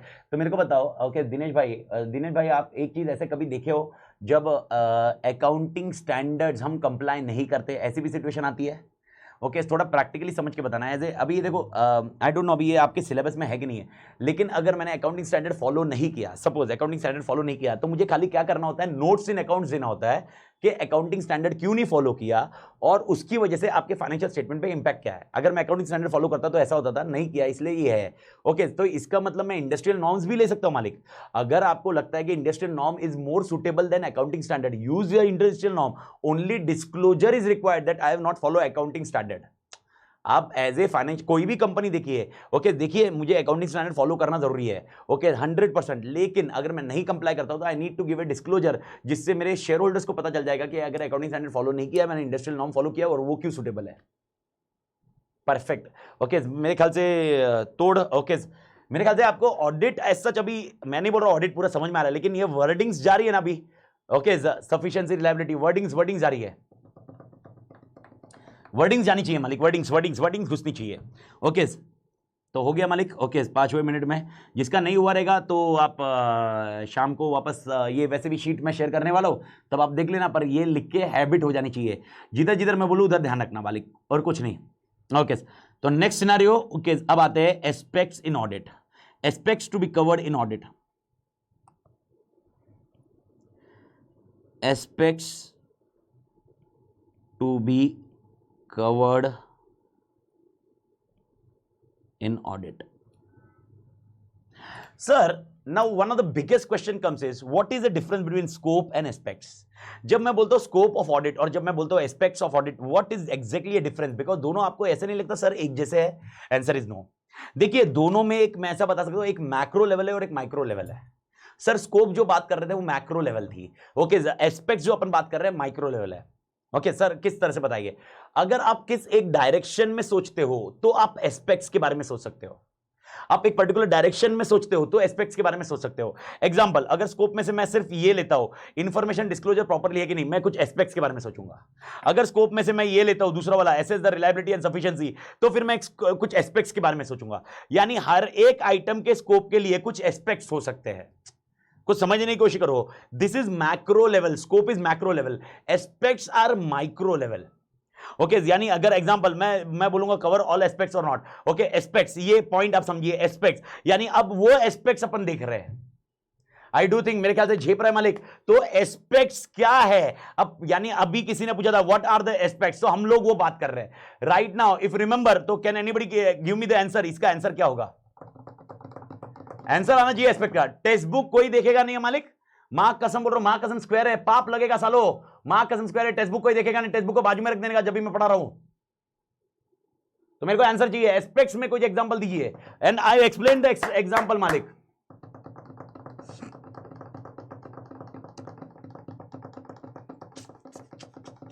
Any example give me the aspects which are to be covered in audit.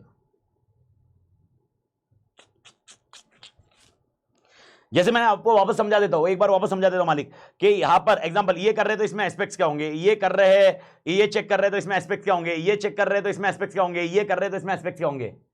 तो एनी एग्जांपल ऑफ एस्पेक्ट्स? अरे कांड शुभम, अरे यार मैं एग्जांपल ही तो दिए तुमको, एग्जांपल ही तो दिए मालिक। यस आकांक्षा, अरे यही तो एस्पेक्ट्स है। अरे स्टैट्यूटरी कंप्लायंस किया है कि नहीं, जीएसटी बरोबर किया है कि नहीं, ओके डेटस का बरोबर है कि नहीं, लॉ का बरोबर है कि नहीं, यही तो एस्पेक्ट्स है मालिक। तोड़ महानता अकाउंटिंग, यही तो एस्पेक्ट्स है बॉस। तो अब एस्पेक्ट्स को याद रखना कितना आसान होगा मालिक। अब देखिए, अब इसको वर्ड से याद रखिए, खाली इसमें ज्यादा हेडेक मत करिए। तो सर पहले क्या चेक करूंगा मैं, एग्जामिनेशन करूंगा सर किसका, भारत माता की जय, examination of internal control system and accounting system का। अगर आपको याद होगा तो सर ये कहां पर किया था, एसेस करने के लिए, एसेस करने के लिए accounting system internal control system ऊपर से आएगा, ऊपर से ही आंसर आने वाला है मालिक, क्योंकि जो स्कोप है उसके ही एस्पेक्ट्स होंगे।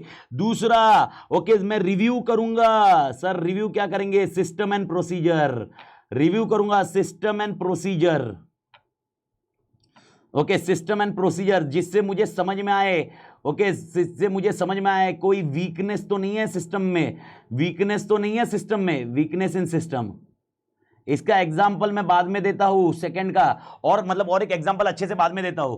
तो दूसरा रिव्यू सिस्टम एंड प्रोसीजर, ठीक है मालिक। तीसरा ओके मालिक, arithmetical accuracy, arithmetical accuracy check करिए।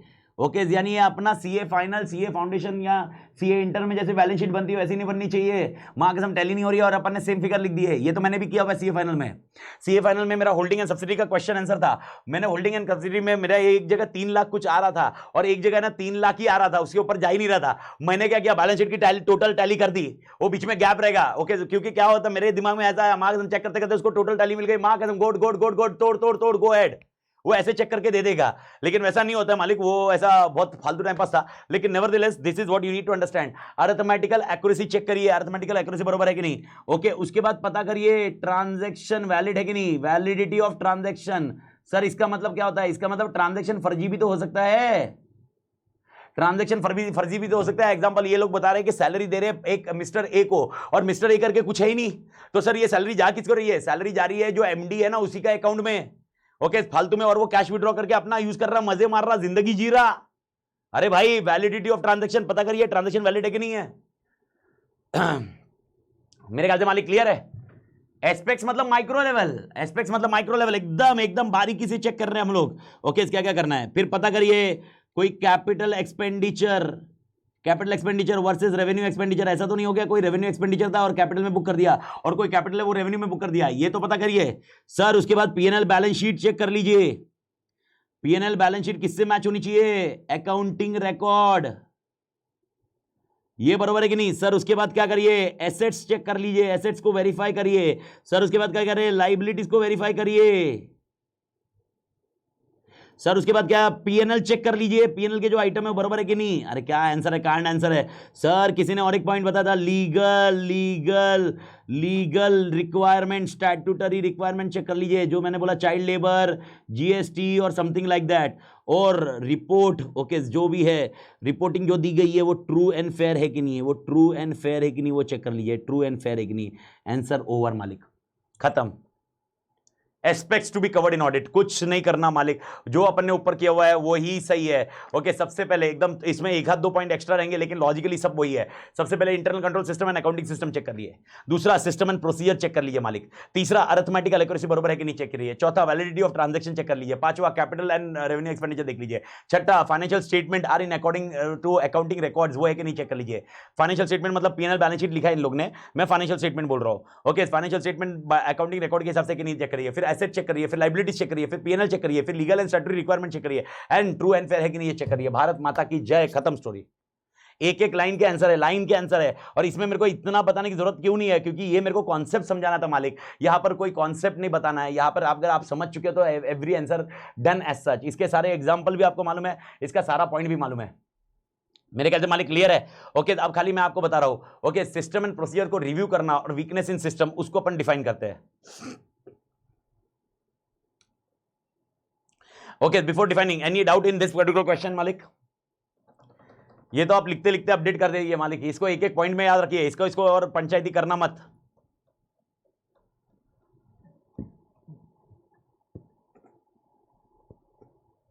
मेरे ख्याल से मालिक क्लियर। ओके अब एक छोटा सा point, review system and procedure मतलब क्या। सर पहले इसमें इन लोग ने बोला है एग्जामिनेशन करो, एग्जामिनेशन करो मतलब एसेस करो, असेसमेंट करो। रिव्यू मतलब क्या करना, रिव्यू मतलब डिजाइन के बारे में देखना। डिजाइन के बारे में मतलब क्या है, ओके एक बार स्क्रीन पे देखिए।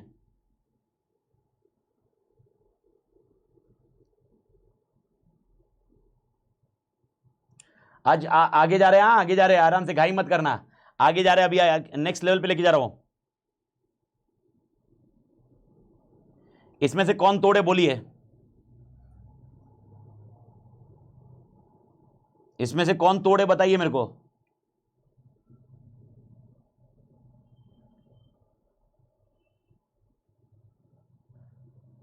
तोड़ कौन है मालिक, तोड़ 100% एक्स लिमिटेड है।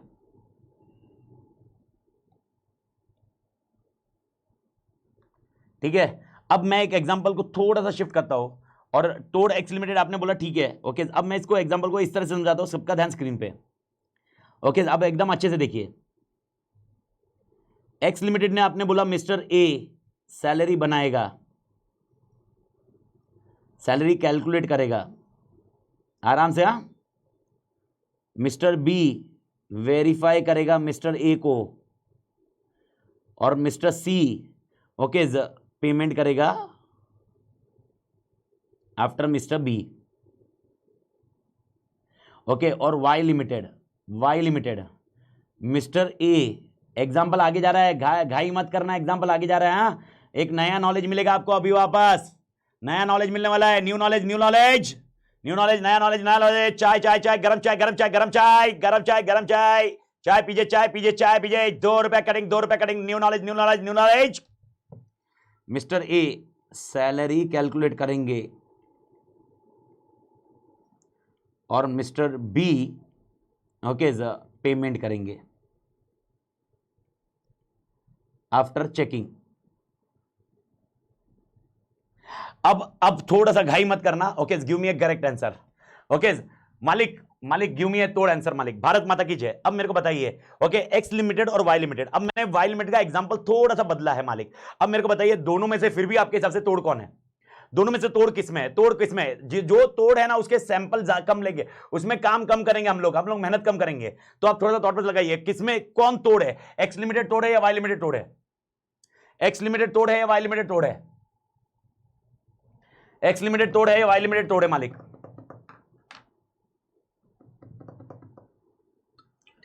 सुमित का आंसर तो आ गया एक्स। ओके, अभी भी हर्ष यानी अभी भी एक्स भी बोल रहे हो। सिद्धि विद्धि का भी आ गया, गुड। करिश्मा जी का भी आ गया, हिंदुराज का भी आ गया। ओके यानी मोटा मोटी मैं कंक्लूड करूं, अभी भी आपका स्टिक यही है, अभी भी आपका पॉइंट यही है कि सर एक्स लिमिटेड ही तोड़ है। ठीक है, अनडाउटफुली मैं भी डिबेट नहीं कर रहा, मैं भी इसको तोड़ बोल रहा हूं, लेकिन अब मैं इसमें थोड़ी सी घटनाएं चेंज करता हूं, समझने की कोशिश करो। आपने बोला एक्सिस तोड़, गुड इनफ, एक्स तोड़ है, गुड इनफ, एक्स तोड़ है, गुड इनफ। अब मैं घटना चेंज कर रहा हूं, सुन लो। अब वापस आ रहा हूं। अब क्या हो रहा है मालिक? एक्स लिमिटेड, जब मैं ये जो ऊपर ब्लैक में लिखा है ये पॉलिसी प्रोसीजर है, ये ऐसे होना चाहिए काम, मैं क्या बोल रहा हूं?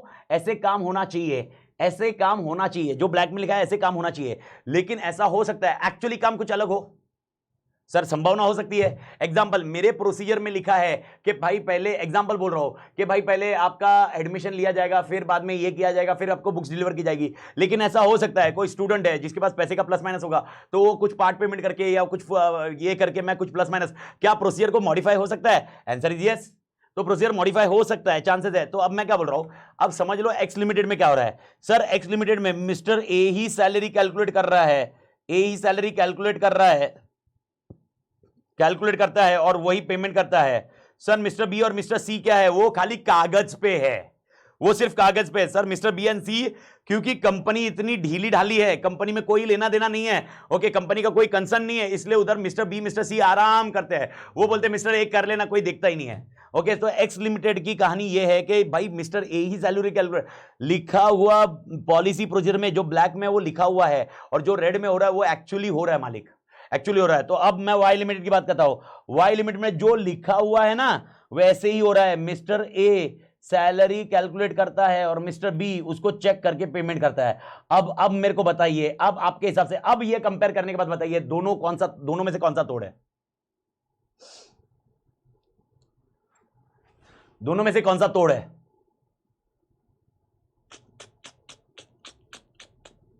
दोनों में से कौन सा तोड़ है? अब बताइए, अब दोनों में से कौन सा तोड़ है मालिक? अब कैसे आंसर चेंज हुआ? आंसर चेंज हुआ कि नहीं हुआ? 100% हुआ सर, 100% हुआ सर। अभी देखो। ओके, यही कहानी आपको समझनी है, यही चीज है, ये दोनों पॉइंट स्क्रीन पे ध्यान दो। मैं इसको बॉक्स बना रहा हूं और एकदम कड़क, ओके, एकदम कड़क, एकदम कड़क से समझ लो। अब ये बॉक्स बना रहा हूं, एक अपडेट आया आपके पास, नया अपडेट आया। ये इसको हम लोग बोलते हैं TOD, टेस्टिंग ऑफ डिजाइन। और ये होता है मालिक TOC, testing of control,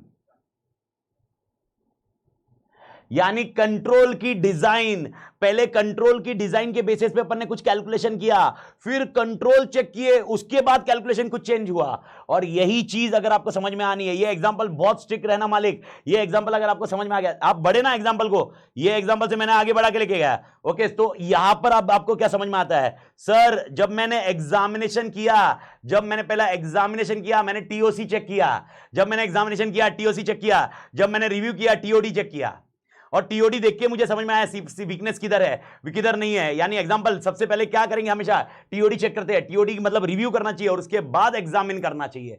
okay, यानी इन शॉर्ट अब मेरे को कोई बताएगा, ये वाला एग्जांपल, ये वाला जब मैंने एग्जांपल आपको समझाया था, ओके ठीक है, अब वो एग्जांपल किसके रिलेटेड था वो छोड़ दीजिए, मेरे को बताइए ये एग्जांपल जब मैंने आपको समझाया था, ये एग्जांपल किस बेसिस पे था? डिजाइन के बेसिस पे या एक्चुअल के बेसिस पे? 100% कस्तूर, तूने जो लॉजिक बोला वो सही है, परफेक्टली एक्चुअल है। तो अब मेरे को ये बताइए, जब अपने कंक्लूड किया था ये वाला, ये डिजाइन के बेस पे था। ओके यस यस यस, करिश्मा जी आता हूं मैं पॉइंट पे। ओके मालिक, आज और एक चीज कंक्लूड हो जाएगी भाई, भारत माता की जय। एंड मां कसम बोल रहा हूं, तोड़ मालिक तोड़। अगर ये अभी बेस चालू हो रहा है, 1 2 3 लेक्चर के बाद मैं बता रहा हूं तुझे एटलीस्ट ये समझ में आ जाएगा भाई तू ऑडिट में क्या करता कांड, और उसके बाद अपने को आंसर फॉर्मूला आएगा। ये 100% डिजाइन थी मालिक, ये डिजाइन थी, डिजाइन के बेसिस पे अपन ने बोला। लेकिन याद रखना, जब मैं बोलता हूं असेसमेंट करना, तो असेसमेंट 2 चीज का होता है, डिजाइन का भी होता है और टेस्टिंग ऑफ कंट्रोल्स का भी होता है।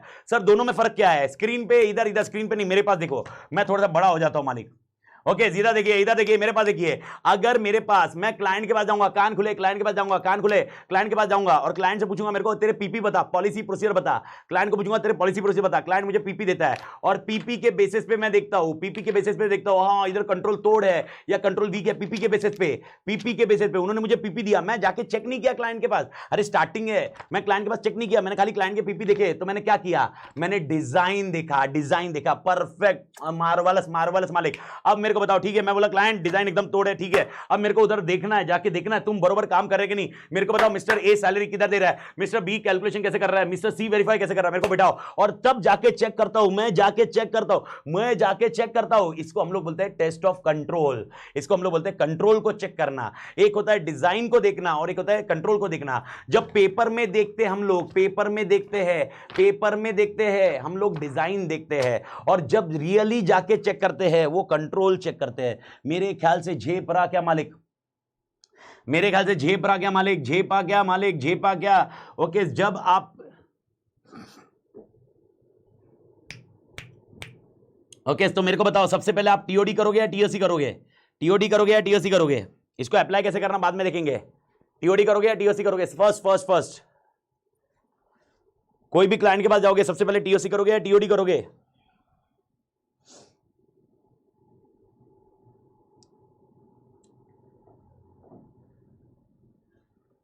टीओसी है, टीओडी या पहले टीओडी तोड़, फिर टीओसी टोक, तोड़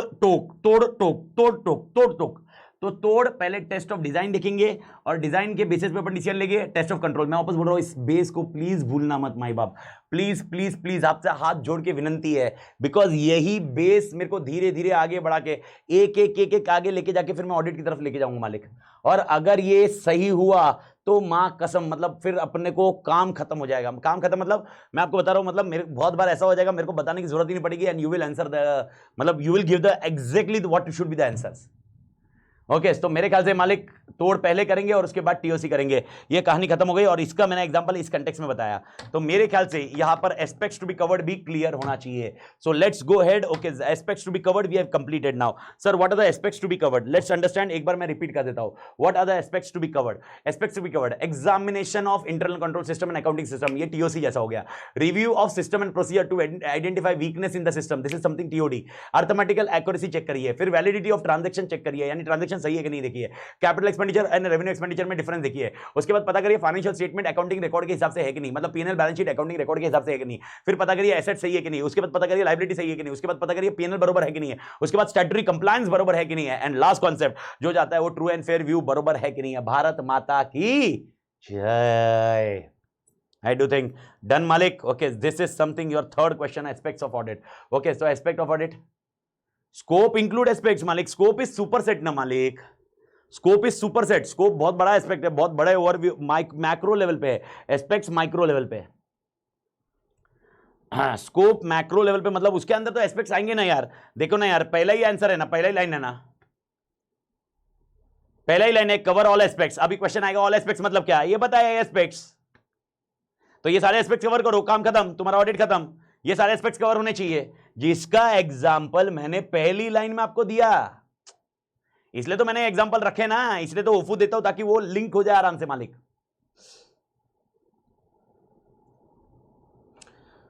ओके, ये एक लिख लीजिए, लिखना है लिख लीजिए, नहीं लिखा मैं ऐसे लिखने के लिए टाइम नहीं देता था, लेकिन एक 2 minutes break, 2 minutes break, only 2 minutes.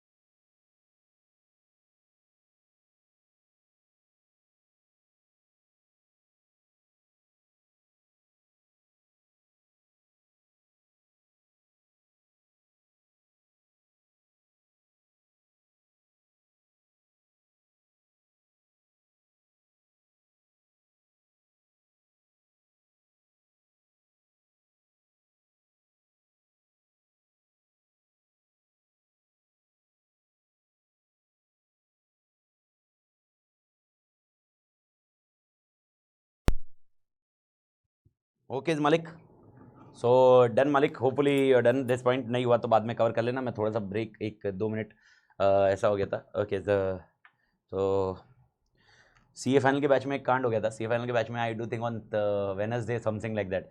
Okay, मैंने ऐसे ही बोला मैं 1-2 मिनट का break because of that water drinking frequently, थोड़ा सा गले अनदर थिंग के लिए. तो भाई अपना गॉल ब्लैडर भर जाता है, एंड गॉल ब्लैडर भर गया तो भाई खाली तो करना पड़ता है. तो I forgot to mute of the mic, mic बंद करना रह गया, एंड आवाज़ तो थिंग्स वर तोड़ मालिक ऐसा था.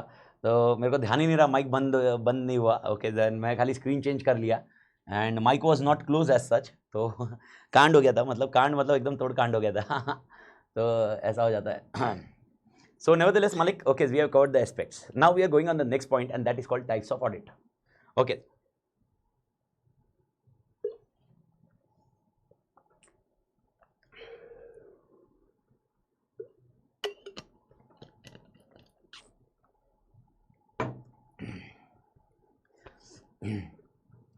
Now we are going on types of audit, Malik. Now when we discuss about the types of audit, the answer is damn easy. The answer is not a worry at all. See, types of audit, there are 2 types of audit. One is voluntary audit and one is audit required under the law. अगर law बोलता है इसलिए तुम audit करवा रहे हो एक तरीका, और एक है तुमको खुद को ऑडिट करना है अपनी मर्जी से, voluntary audit. Okay, so there are 2 types of audit मालिक. there are two types of audit. Okay, what are the two types of audit? One is voluntary audit and one is audit required by law. Sir, example of audit required by law. Audit required under Companies Act. Companies act बोल रहा है जो भी companies है उनका audit होना चाहिए. अपने पास एक चैप्टर है कंपनी ऑडिट का, उसमें अपन पढ़ेंगे. तो company governed by companies act, उनका ऑडिट करवाना कंपलसरी है. Okay, as per that particular section, खत्म story. Okay, audit under statutory requirement. Banking की ऑडिट, ओके, इंश्योरेंस की ऑडिट या व्हाटएवर, अगर कोई स्टैच्यू बोलता है या लॉ बोलता है कि ऑडिट करवाइए, ये हमारे अंडर जो रजिस्टर्ड है वो कंपनी ऑडिट करवाइए, 100% वो ऑडिट करवाएंगे मालिक. दूसरा है voluntary audit. Sir voluntary audit क्या होता है? प्रोप्राइटरी, पार्टनरशिप, एचयूएफ, ये लोग ऑडिट करवाते हैं. सर ये लोग ऑडिट क्यों करवाते हैं? Multiple reason. पहला, मेरे ख्याल से आपको मालूम होगा पार्टनरशिप फर्म में एज सच ऑडिट की रिक्वायरमेंट नहीं है, लेकिन अगर ऑडिट रहा तो एडमिशन ऑफ पार्टनर या डेथ ऑफ पार्टनर पे कुछ सेटलमेंट करना रहा, या अमाउंट कितना आना चाहिए, अमाउंट गुडविल कितना देना चाहिए, ये क्लियर रहेगा, ये डिस्कशन करना क्लियर रहेगा. कभी कभी गवर्नमेंट कुछ ग्रांट्स देती है, आइदर इंडिविजुअल हो, प्रोप्राइटरी हो, एचयूएफ हो, व्हाटएवर इट में भी, गवर्नमेंट ग्रांट देती है. ग्रांट्स जब देती है गवर्नमेंट तो 100% they require the audit of that particular entity. तो ऑडिट, वॉलंटरी ऑडिट करने की भी फायदे हैं. उसके अलावा कितना भी रहा तो वॉलंटरी ऑडिट करने का वन ऑफ द बिगेस्ट फायदा क्या है मालिक? One of the biggest reason is that कितना भी रहा तो इंडिपेंडेंट एग्जामिनेशन होता है यार. Some third person will tell you that where you are going wrong. And that is what your two types of audit. Okay, so answer types of audit goes on. Types of audit का ज्यादा discussion नहीं है, एक छोटा सा example है, आपने उसको याद रख लेना है. तो how many types of audit are there? Types of audit. How many types of audit are there? तो there are in all total two types of audit. Okay, in all total two types of audit. Sir, what are the two types of audit? एक है okay, so audit required by law. Audit required by law. और एक रहेगा okay voluntary audit. Voluntary audit. Okay sir, audit required by law, companies act है, banking है, insurance है.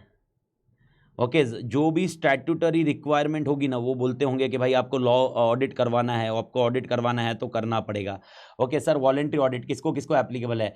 Applicable से ज़्यादा मैं बताऊँ, proprietary, HUF, partnership firm. Okay, ये कॉन्सेप्ट खत्म हुआ मेरे ख्याल से मालिक. क्लियर है? तो not a big deal at all. तो इस आंसर को आपको ज़्यादा याद रखने की जरूरत ही नहीं है सच. ओके, बस ये मैं आपको बता दूं कि यहाँ पर legal requirement is not there. Legal requirement is not there. Legal requirement is not there. Okay sir, मेरे ख्याल से ये भी आपको पता होगा, जब लोन लेने जाते हैं तो वो चाहते हैं कि आपके बुक्स एंड अकाउंट्स ऑडिटेड हो, तो ये प्रोप्राइटर फर्म अपन ऑडिट करवाते हैं. So on, this is how the things have work. This is your next question, types of audit. Okay, over. इससे ज्यादा टाइप्स ऑफ ऑडिट में है नहीं कुछ मालिक. तो types of audit everybody clear? तो टाइप्स ऑफ ऑडिट का कॉन्सेप्ट एकदम क्लियर हो जाना चाहिए मालिक. एवरीबडी डन मालिक? ओके, तो आपके पास ऑल टुगेदर पहला क्वेश्चन गया, objectives of audit, scope of audit, aspects of audit, types of audit. Okay, यहां तक कहानी खत्म हो गई. Next question comes is advantages of audit. Let discuss. But voluntary क्यों करना? पूरा प्लेन बिजनेस करना पड़ेगा, क्या मजा आता है पूरा प्लेन बिजनेस करना पड़ेगा. कौस्तुभ बोलता है बट वॉलेंट्री क्यों करना? पूरा प्लेन बिजनेस करना पड़ेगा, क्या मजा है इतना पढ़ाई. अरे वो वैसे नहीं होता रे. देख अभी एग्जांपल मैं सपोज प्रोप्राइटर हूँ, मुझे बैंक लोन ले जाना है. बैंक है ना ऐसे ही लोन नहीं देगी, वो बोलेगी ऑडिट करके लाओ. तो ये रिक्वायरमेंट होगी. ओके, मैं कोई मर्जी से ऑडिट नहीं करूंगा, काय के लिए खर्चा करूंगा मैं 100%. ये लॉजिक आप भी जानते हो, काय के ऑडिट में जाएगा तो खर्चा तो होने वाला है. काय के लिए भले 10,000 जाएगा, 15,000 जाएगा, काय के लिए करूं मैं? Okay, but to the extent this is what a requirement. तो कहीं ना कहीं कुछ ना कुछ रिक्वायरमेंट आएगी, लेकिन लॉ की रिक्वायरमेंट नहीं है. एवरी ईयर होगा ऐसा नहीं होगा. बाकी केसेस में एवरी ईयर होगा. एग्जांपल बैंकिंग हो, इंश्योरेंस हो, कंपनी एक्ट हो, every year audit will be there. The auditor will be appointed by certain mechanism which is given by them. Okay, auditor को अपॉइंट करना है तो कंपनी एक्ट बोलता है हमारे हिसाब से करो, बैंकिंग बोलता है हमारे हिसाब से करो, इंश्योरेंस बोलता है हमारे हिसाब से करो. ये कॉन्सेप्ट होता है. लेकिन बाकी केसेस में आपने कौन सा ऑडिटर अपॉइंट करना, कैसा करना, इसका कोई डिस्कशन नहीं है मालिक. भारत माता की जय. एवरीबॉडी क्लियर मालिक? ओके, अगले क्वेश्चन की तरफ बढ़ते हैं. मेरे ख्याल से इसमें कोई दिक्कत ही नहीं था, इसमें कोई बताने लायक कुछ था नहीं मालिक, इसलिए मैंने ज्यादा कुछ डिस्कस नहीं किया. बट मेरे ख्याल से क्लियर है. हाँ भाई, दो प्रकार के ऑडिट होते हैं, एक वॉलेंट्री होता है और एक लॉ के हिसाब से होता है. ठीक है, now the question comes is advantages of audit. Okay, अब वापस पंचायती क्वेश्चन है आपका ये, एडवांटेजेस ऑफ ऑडिट.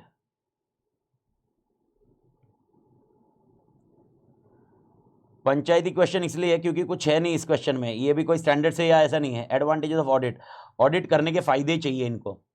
ओके, तो मालिक ऑडिट करने के फायदे क्या होंगे? ऑडिट करने के फायदे ये होंगे,